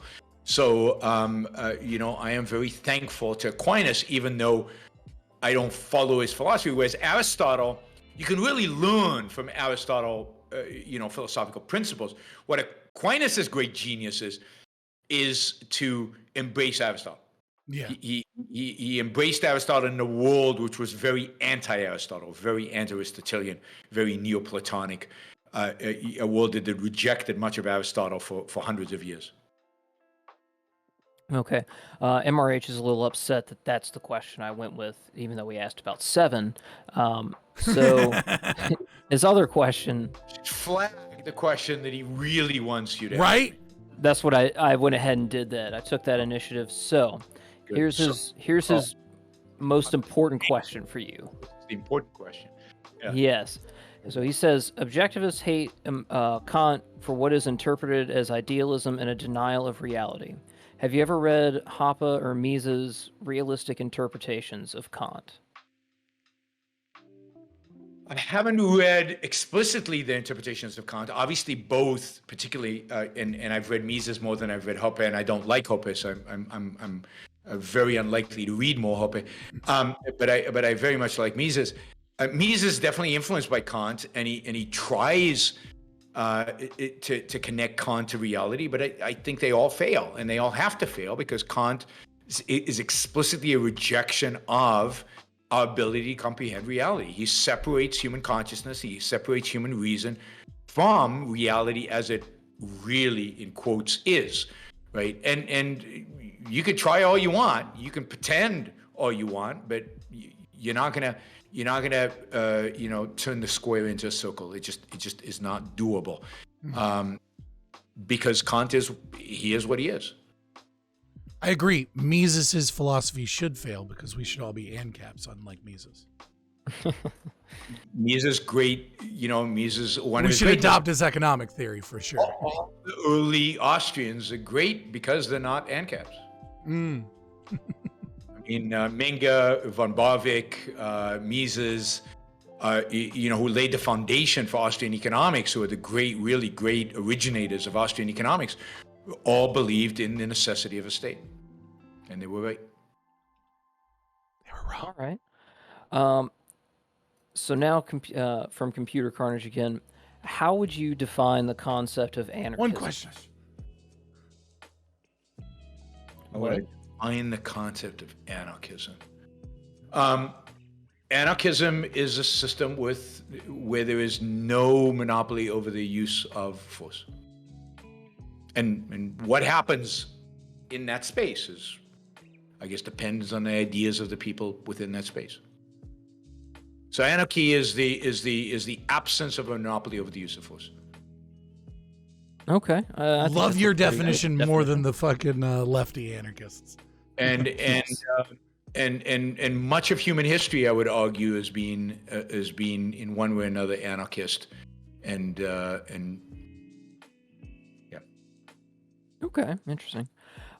From Cuckoo Nut TV, he's an anarchist, as he proclaims, and an abolitionist. if you don't have the right to steal from or harm another person, can you confer that right that you don't have onto another person or group? No. Wouldn't that be the state? No. State has no right to steal. So you believe in a voluntary state? I believe in voluntary taxation, if that's what you voluntary. I don't know if you want to call it taxation, but a voluntary funding of the state. Yeah. Oh, so you can have voluntary taxation, so there's no theft there, but the state can enact violence against you without the only if you initiate violence. Yes, the state can enact violence against you in retaliation for violence that you have initiated. It cannot initiate violence against you if you have not been violent. Trying to find the fundamental difference between anarcho-capitalism and your definition of the state. I don't really see a distinction. You have competing governments, or you have competing, you don't call them governments, you have competing security forces, or however you want, legal systems on the in same geographic territory, which is an unstable equilibrium. Yeah, but that's not necessary to anarcho-capitalism. You can have a voluntary system of governance, covenant communities, which would fit all of your definition of your state. Well, there has to be a monopoly over the use of retaliatory force. That is, and in that sense, it's voluntary. That is, that the funding is voluntary. You can't enlist people in the army unless they voluntarily choose to enlist in the army. But there are laws that apply to everybody who lives in that territory. Laws that help define property rights. I mean, you need that. You need to property rights are not. Right. I just mean to say that under anarcho-capitalist philosophy, one could voluntarily associate into a contract of governance of a group of people like Prospire or something, right? That would have a monopoly in that area of those people that chose to do so on violence. Yeah, but you see in Prospera, for example, they do use violence. So Prospera does use violence against their citizens. Yeah. They don't have voluntary taxation. And under anarchy, you would allow that violence. And in my system, you would not allow it. Well, I mean, no, but I was giving you a close example. Relationships where one party had the power to initiate force against another party, even if it was, quote, voluntary. Yeah, I just don't see the distinction between a covenant community and the state that you want. It's not a covenant community. It's part of it is scale. And part of it is that certain covenants, so somebody would protect the citizens of a state in my world from covenants that were rights violating and there were rights violating. Yeah, again, there's no distinction. Oh, I think there is. I don't think that's true I don't think that's true in anarcho-capitalism. Who would protect you? What would be the entity that would protect you? There is no entity to protect you. Voluntary associations and rights enforcement agencies. But voluntary associations, if you're part of this covenant, then everything that this covenant does, you're inside of it. There's nothing external to this covenant thing that is protecting you from abuse by what is going on inside this thing that you've volunteered to be part of. So do you think that in order for objectivism to have a proper state, the entire world must be states of objectivist states? Well, it needs to be at least one. Right, but then there would be no distinction between a covenant community of objectivists that voluntarily signed a contract of however large of a population of land that they wanted, that was where the state didn't steal. And where would they get their land? And who are they signing the covenant with? And what happens as the government evolves and changes? And what is the principle guiding that government? It's not enough. So if everybody signs a contract to be voluntarily slaves to the authorities, that's not an objective state just because it's voluntary. But I'm not saying that. I'm saying that you could easily make an objectivist. The principle is not that they voluntarily did it. The principle of an objectivist state is that there is an entity, call it government, because that's the word we've always used, an entity that protects individual rights, that is an active in the world to protect in the specified geographic area to protect individual rights from their abuse. And I feel like we're getting a back and forth, but again, that is not incongruent with anarcho-capitalist philosophy in any way, shape, or form. You can voluntarily go, or let's say Florida, for example, could break off from the United States, and everyone could move out of Florida, and Florida could, and all objectivists could move in. And then they could sign a contract saying, we want a system of government that we voluntarily choose, and it protects individual rights. And this is we might even vote. We might even do those things. So long as when people come of age, they voluntarily sign it, you're good. Some kid is born in Florida, and they come of age, and they say, they're 18 now, and they say, no, I don't want this. I want to be able to, do whatever the hell I want, and I don't buy this covenant that my parents signed. I want to be able to rape and pillage, and I want to be a Nietzschean Superman, and I don't believe in your stupid moral codes and individual rights, and I'm going to do whatever the hell I want. And then you can forcibly remove them or imprison them because they can't argue for themselves because they're. They didn't sign the contract. But what, like, anarcho-capitalism is based off of natural law philosophy of protecting individual rights. I'm saying you don't need a contract. I'm saying the contract is irrelevant. I'm saying that the principle is that we're defending property rights. Yes, I agree that we're defending individual rights. I agree. You imprison that person if they violate somebody else's rights. If they act on what they're saying, then you imprison them because they violated somebody's individual rights. And anybody who moves into that territory don't have to sign a contract. They just have to, and that's fine. But he can't go with his buddies and declare Tampa a separate nation because they've decided they want a separate nation, and within that nation they're going to rape and pillage. Yeah, but if you've already set up the system of governance, so long as those people have the ability to divest or move out of that state that you've created, right? Then you have the implicit contract of the system of governance. It's not a social contract theory. Oh, sorry. I'm all for competing governments as long as they're on separate geographic areas. Yeah, I just don't. I mean, like, the only difference between what we're saying. Hold on. The only difference between what we're saying here, right, is you're engaging in social contract theory, and we're just saying you have to sign the contract. That's the only distinction we found between the two systems. No, because you believe that a system can exist that has multiple legal entities, legal theories, multiple police forces, multiple authorities of the law in the same geographic area. Yes, but I also believe that people have a right to set up a monopoly on those systems. I accept that. What I'm rejecting is the first. The second, obviously, is what I hold. But the second is also anarcho-capitalist. It's not. It's you accepting that a rights respecting government is okay. I don't know what to tell you, but maybe Hoppe comes off too brash, but this is all Hoppe. There's no contradiction here so long as the contract is signed. That's it. Oh no, there's a huge contradiction because Hoppe also accepts the idea of overlapping governments. So you can't have it both ways. You could say neither can you. I accept that, but accepting both is a problem. It's not trivial. I'm saying there's only one way.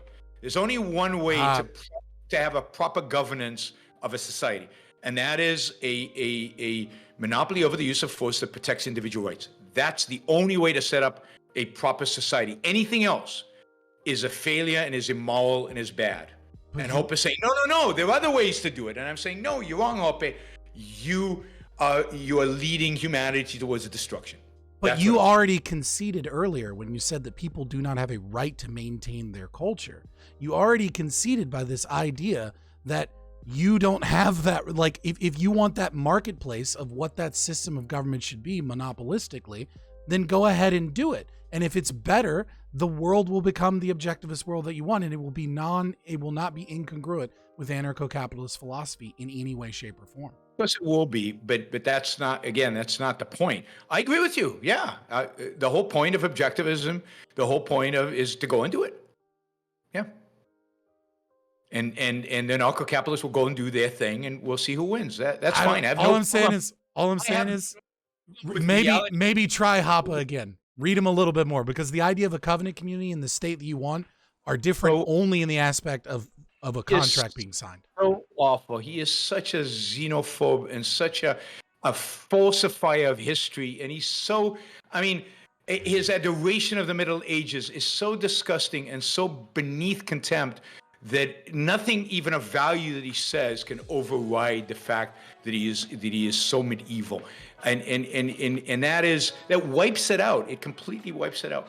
So even if he says a few good things, I'm not willing to dredge through the nonsense, which I think is really bad, not a little bad, but really bad, and disqualifies him from the intellectual realm. It's really bad stuff. And for supposed to defend of liberty, you know, it would be something else if it was some leftist or some religionist who was defending the Middle Ages. But this is the defender of liberty defending the Middle Ages. Monarchies and little states, you know, the bloodshed that was going on there, the horror of life under those regimes. To be a defender of liberty and to articulate the case for that is so upsetting to me that I can't get beyond that. Sorry. I'll move on and say, chat, this is what happens when you start with democracy, the god that failed. Democracy is awful, yeah. I agreed. So from our dear last username, he asks, what property of the state makes it uniquely capable of enforcing rights? Well, it doesn't make it, it's the only way to enforce rights. That is, rights necessitate an objective assessment and an objective standard. And what's required to do that is, in a sense, a legislature. And this is where, I forget your friend who has philosophers in the legislature. This is where the legislature has to figure out philosophically and objectively, what are rights, how do they apply, in what circumstances they apply, and to codify that into law. All of that needs to be done.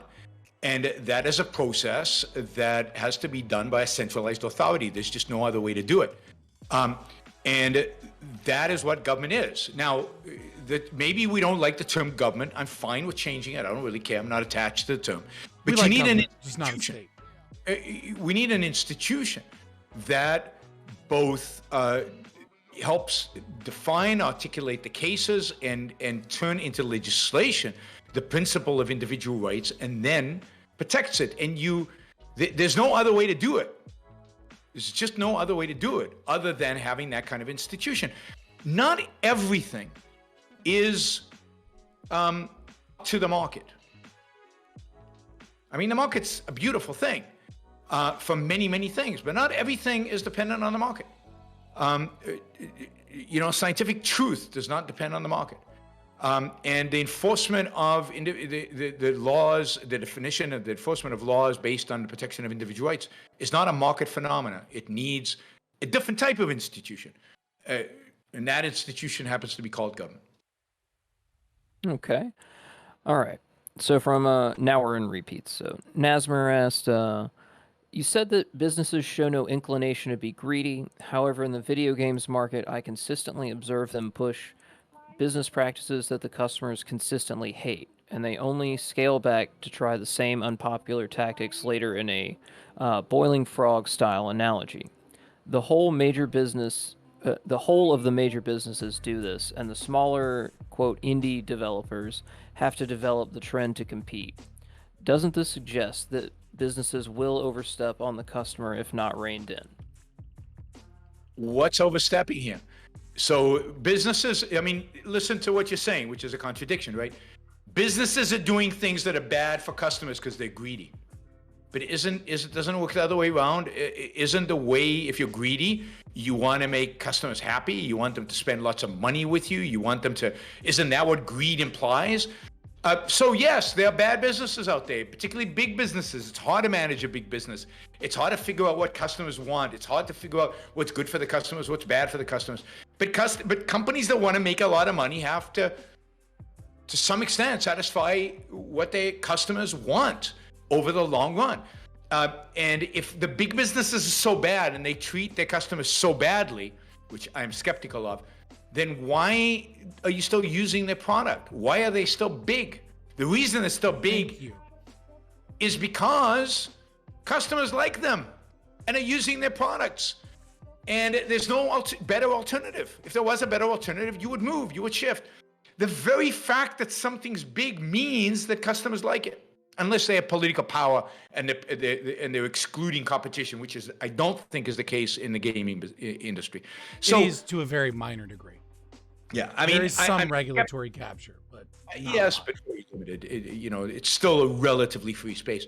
So I'm skeptical about the whole framing of the question, and whether it is true or whether it's a subjective preference that you happen to not like, or you and your friends don't happen to like the way the gaming industry is behaving, and therefore there must be something wrong with them. Maybe there's just not a good match between you and them. I think the real truth is that many companies make great games, and then over a period of 10 years, they coast on the reputation.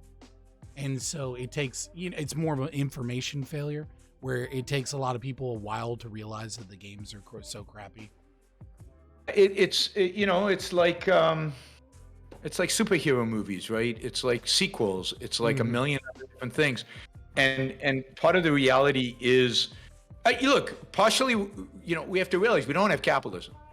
So we don't have the full dynamics of what capitalism looks like, and the kind of, I believe that in capitalism, consumers are more alert and more engaged and more interested, and businesses are more alert and more engaged and more interested.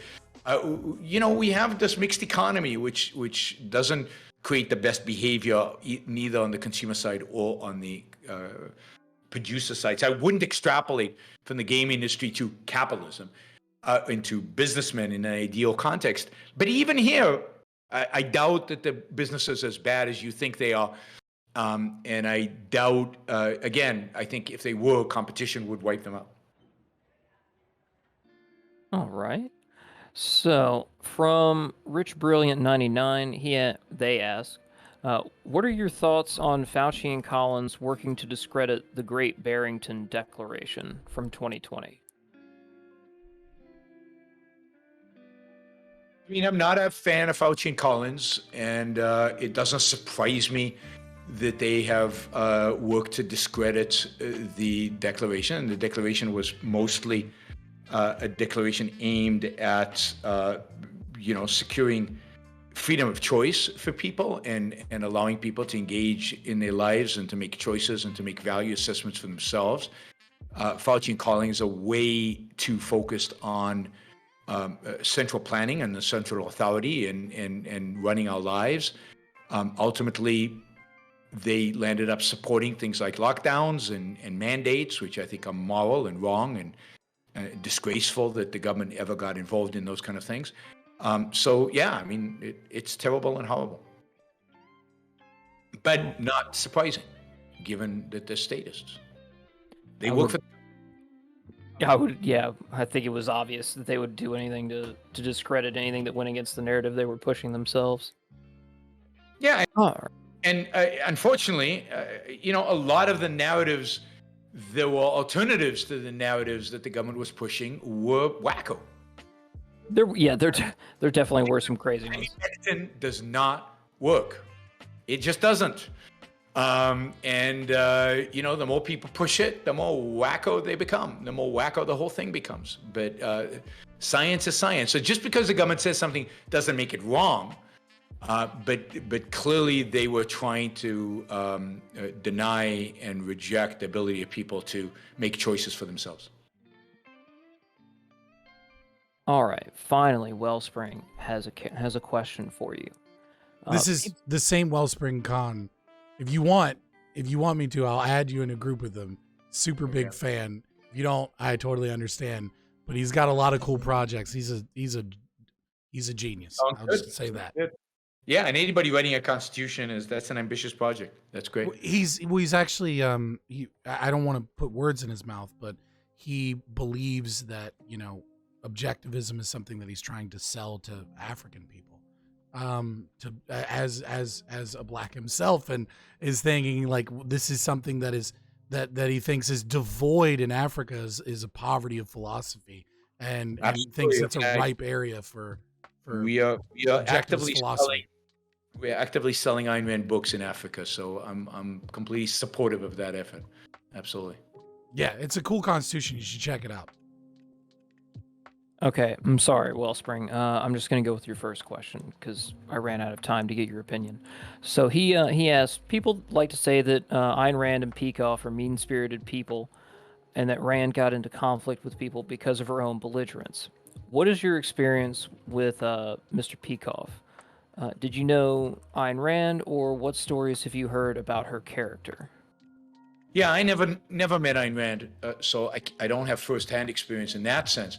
But all you have to do is read Ayn Rand's letters, and her letters are public. There's a book of letters that have come out, and then they've since then released online. You can find a lot of her unpublished letters that weren't published in the book that were found later. Letters are translated from Russian, and just a bunch of letters, hundreds of letters.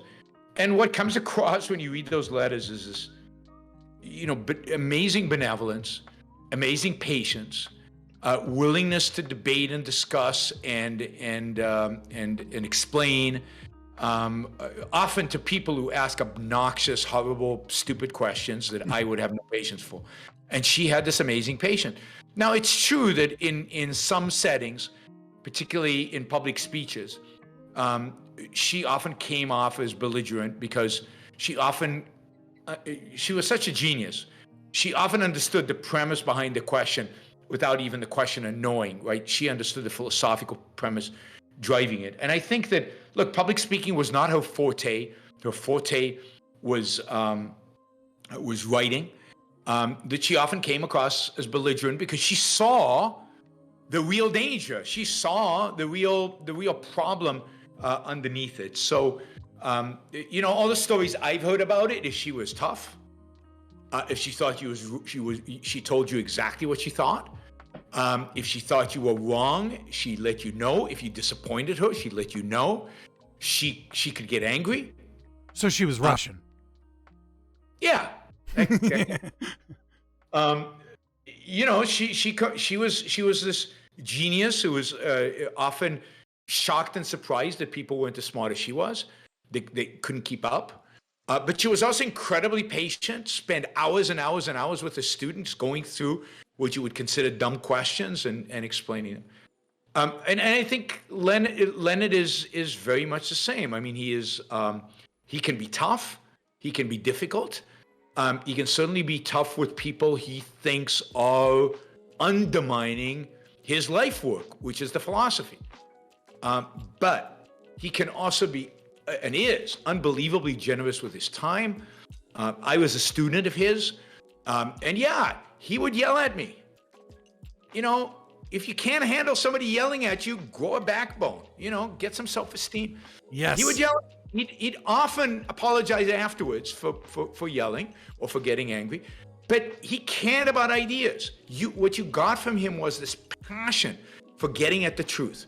And when you said something that was wrong, or when you articulated something that was wrong, it mattered to him because he cared about the truth. So he would nail you. He would really go after you. He'd be tough with you. So he was a tough teacher, a tough grader, but unbelievably generous in terms of time, in terms of patience, ultimately, and in terms of willingness to explain and to try to get to the bottom of things, try to really understand things. He sounds lovely, to be honest. All right, and a follow-up from Wellspring. He says during the 2021 Ocon, I'm going to butcher this name, Tal Svani, Yep. said that the ARI was going to start funding social media influencers through an outreach program, but there's no information about this on the website. Do you have any information on how to qualify for this program or who to contact? I don't know. I know he said that in 2021. I'm not sure. Built a plan in 2022. I would say that what the Institute is primarily focused on is on training influencers, training intellectuals in objectivism, in the ideas. And then if the people that the Institute trains knows well, is being engaged with, have particular projects that they're interested in, whether it's be social media influencers or whether it's be write a book or whether it's the institute will consider funding those projects and helping and providing marketing support and things like that. So the best way to get engaged with that is to become a student at the Objectivist Academic Center. And if you're advanced, and it sounds like he's quite advanced, then you can if you talk to the people there, you can skip into the graduate program. And there's a graduate program that is targeted at more advanced students that are people who are aiming to be intellectuals, aiming to be public intellectuals, who already are. And for example, one of the things I teach a class there in public speaking. So I'll have them present 15 minutes and rip it to shreds but others will do writing and then deeper philosophical ideas and analysis.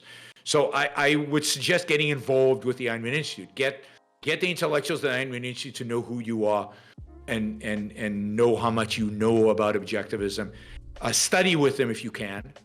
Just as I study with Peikoff, there are people today who probably know objectivism, or at least aspect of objectivism, better than you do. It would be good to go study with them and show them how much you know. And then I think a lot of doors will open. He's a genius, but he's also often lamenting that he has difficulty grounding his middle terms. So go there and learn how to better ground your middle terms, Wellspring. Yeah, absolutely. And I think, particularly if you're a genius, then that will be appreciated and be supported. We're looking for geniuses who are objectivists. I mean, that is the future ultimately. All right, you're welcome, Wellspring. So do you, to any extent, believe in implicit contracts? For example, if I go buy a coffee and I drink it and then they charge me $1 million, are you actually liable to pay that bill? I don't know that that's a good example of an implicit contract, right? I mean, I think that would be the negation of the implicit contract is why they gave that example. Yeah, but I don't think there's an implicit contract there. I mean, there's an explicit contract. It's called a menu with prices on it. And if you should read the menu before you buy. You shouldn't buy before you look at the prices. But yes, I do believe in implicit contracts. For example, I think there's an implicit contract that you can't yell fire in a crowded theater. Oliver Holmes' famous thing where he says, "Oh, this is an exception to free speech." No, it's not. It has nothing to do with free speech. It's a property rights issue. It's a violation of an implicit contract that says that when you go to a theater, a privately owned theater, you're not going to disturb the people around you. You're not going to cause them to do stuff that they wouldn't otherwise do for no reason, right? That's an implicit contract. So you would be sued. If you yelled fire in a crowded theater when there was no fire, you would be sued because you violated an implicit contract. So there are lots of implicit contracts. That's a great example. I'm stealing that, Yaron Brook. You can't go into Starbucks and go to the corner and piss in the corner there, right? It doesn't say anyway, no pissing in a Starbucks, right? But it's an implicit contract. So there are lots of those, and our life is full of implicit contracts. And you need to be aware of those implicit contracts. Just not in San Francisco. Feel free to steal anything I say.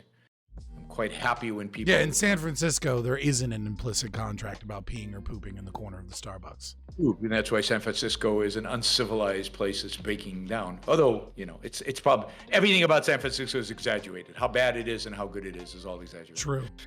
That's fair. All right. So MRH asks, you mentioned a sort of perversion that Rothbard supposedly introduces into argumentation ethics that he calls subjectivism. I'm assuming you're not referring to Menge's subjective theory of value, considering your praise of Menge. So what were you referring to? Well, no, I actually think that Menge's subjective theory of value is actually... I'm sorry, it was Austrian economics, not argumentation ethics. My apologies. Okay, so Menge's subjective theory of value, I think, is very consistent with objective theory of value. They're just using, in some ways, they're using different terminology, but they're referring to very much the same thing. That's definitely the case with Menge and to some extent with Mises. I think with Rothbard, it's the introduction basically of a subjective ethics. The idea that freedom or liberty does not depend on any particular ethics, but can be consistent with any ethics, I think undermines the whole case for liberty and for freedom, because I don't think that's true. I think that 90%, 99% of ethical theories are inconsistent with liberty. And they don't match up. And I think by introducing subjectivism to his ethical theory, he is undermined. I think any subjectivist ethical theory is inconsistent with a free market. Could you like explain because I mean, like I'm hearing you, I'm listening. You're just calling it subjective. Like, yes. What is subjective about it? Well, the fact that anything goes. That is that morality is not grounded in an objective reality. Morality is not absolute. It's not this is good and this is evil, right? The definition of good. Oh, I see. Natural law isn't ethics, though. So he's not doing that. Law is not a foundation for liberty. Ethics is, and he is a subjectivist when it comes to ethics. Okay, I get what you're saying. You're saying you reject the notion of a descriptive legal system because it's not founded in your ethical framework, because it's only founded in the logic of argumentation, ethics, and the non-aggression principle. I can't recreate his arguments. I'm not going to argue it now. Fair enough. You have to go read Rothbard again, but you can't ground a legal theory without ultimately referencing a moral theory. And since he won't articulate a moral theory, since he accepts all moral theories as legitimate and says it doesn't matter as long as you accept this legal theory, he undermines the legal theory, because the legal theory falls apart because it's not grounded in a moral theory. Interesting. So you can't actually get liberty based on altruism. You can't get liberty based on religion. As long as people are religious in a significant way.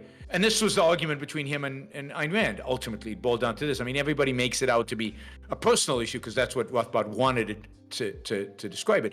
But the fundamental disagreement between them was, could you ground liberty, freedom, laissez-faire capitalism on an ethic on an ethic of religion, based on religion, because his wife was religious.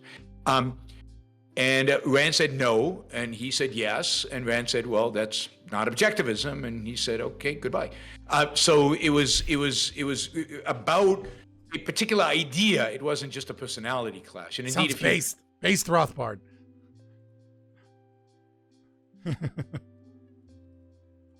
Different strokes, I suppose. Well, some people are right and some people are wrong. That's okay. You know, Scott says that a lot on these debate panels. So what is Rand's justification for the time limitation on intellectual property rights? My audience always comes with the easiest questions. Yeah, I mean, it's an easy question. It's not a difficult question. It's just a technical question. So you have to access parts of your mind that you don't usually use, or memories. I mean, the justification is that the beneficiary, the person who actually created the product, has a finite life, and therefore there's a for example, copyrights. I can't remember what it is. It's the life of the person plus a certain amount of years. The benefit in America, it's 70 years, I believe. In America, yeah, Mickey Mouse is coming up. Mouse made it 75, and I have a feeling they keep extending it as long as Mickey Mouse keeps coming up. Disney has that kind of, but it's that's absurd. So she said it should be some length of time that allows the creator of it to extract a significant amount of value of it. It's not. There's no mathematical equation that tells you what that number should be. And indeed, it's completely legitimate for different legal systems to have different lengths for these kind of things. That's, you're not going to fall on your sword about it should be 50 years or 52 years. It has to be some reasonable amount of length of time. And the same with patents. It's ultimately, it's you want to make it so that manifestation of that idea, you have the ability to extract the benefits, the profits from it. But at some point, it's just impossible to maintain that, exclude that idea from other people, from other uses, from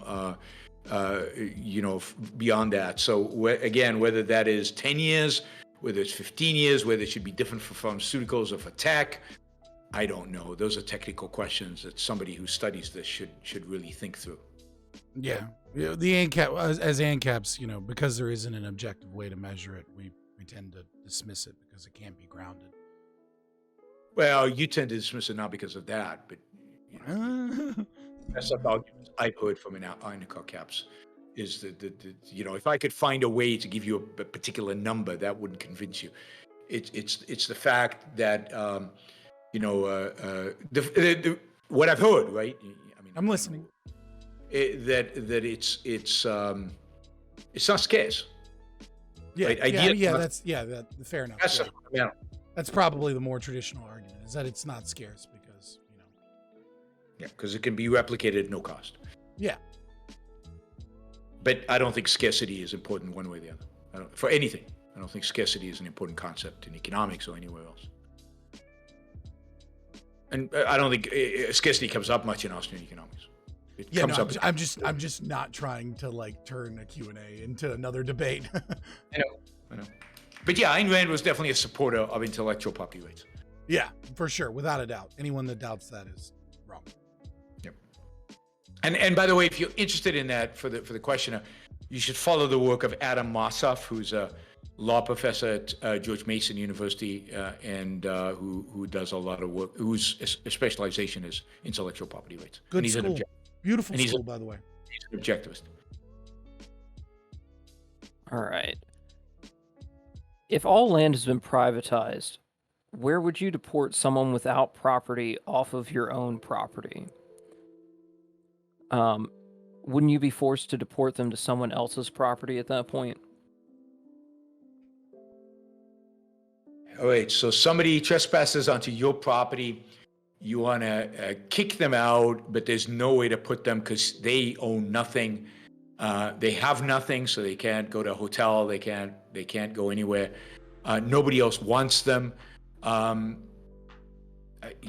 guess because they trespass, they go to jail. I don't know where else they go. Yeah, that's more of a question for the ANCAP, not for the Objectivists, because Objectivists have public property. No, we don't have public property. There's no public property in Objectivism. Well, then who owns the prison? Well, you want to call the prison public property. Okay. Right. Well, I mean, if the prison is private property, then someone does want them, which is whoever is profiting off of the prison. That's really dangerous when somebody wants them in prison. But I guess it's public property, whether the government owns property or not, what that even means. I'm skeptical. It's something that the government is in charge of. Put it that way. Right. That's why I said it's kind of more of a question. It's kind of more of a question for us than for you, really, because we would be the only people that would claim, full privatization of all property. Maybe. All right. Yeah. Actually, I think that wraps up all the questions I had. I had a couple more, but you've already pretty much answered them on your own throughout the course of this, so it'd be kind of a waste of time to have you reiterate your own points. We only got 10 minutes, so we've already gone 2 hours and 20 minutes. So I feel I'm surprised you did that much. 7 hours, but well, right. Us live streamers, we got to eat. Thank you so much. I really appreciate the opportunity to have a conversation with you. Happy I triggered you. I'm happy I triggered you. I guess to be continued, and I appreciate you guys giving me the platform and the time. Thanks for all the questions, and thanks for the good interview. I appreciate it. The feeling is absolutely mutual, and you can email me or DM me whenever you want. I might even bother your assistant. Who knows? There you go. All All right. right, guys. Have a good Thank you so night. much for your Hey, time. hey, it's been a while. Why don't you pimp where people can find you one last time? You can find me on YouTube and Twitter, Yaron Brook, Yaron Brook Show, and you can, of course, go to aynrand.org, and my website, yaronbrookshow.com. All right. And there's Patreon. There's all the normal standards, but just, I'm the only Yaron Brook on the planet. So if you Google me, everything you find is me. Well, hopefully you gain in fame and popularity, and the ideas of individualism and capitalism spread to such a degree that some crazed lunatic decides that they must name their child after you, and you will no longer be the only Yaron Brook in the universe. I pray one day. I don't know who I'm praying to, because I pray that never happens. When people start naming their kids after other people, that's a little spooky and scary to me. But yes, let's hope I'm successful, not in that way, but in other ways. All right. Thank you so much for stopping by. Have a great night. You Bye. too. You just watched a clip from our Twitch channel, Fabian Liberty. If you like content like this, please like and subscribe here on YouTube, or go ahead and give us a follow on twitch.tv/Fabian Liberty.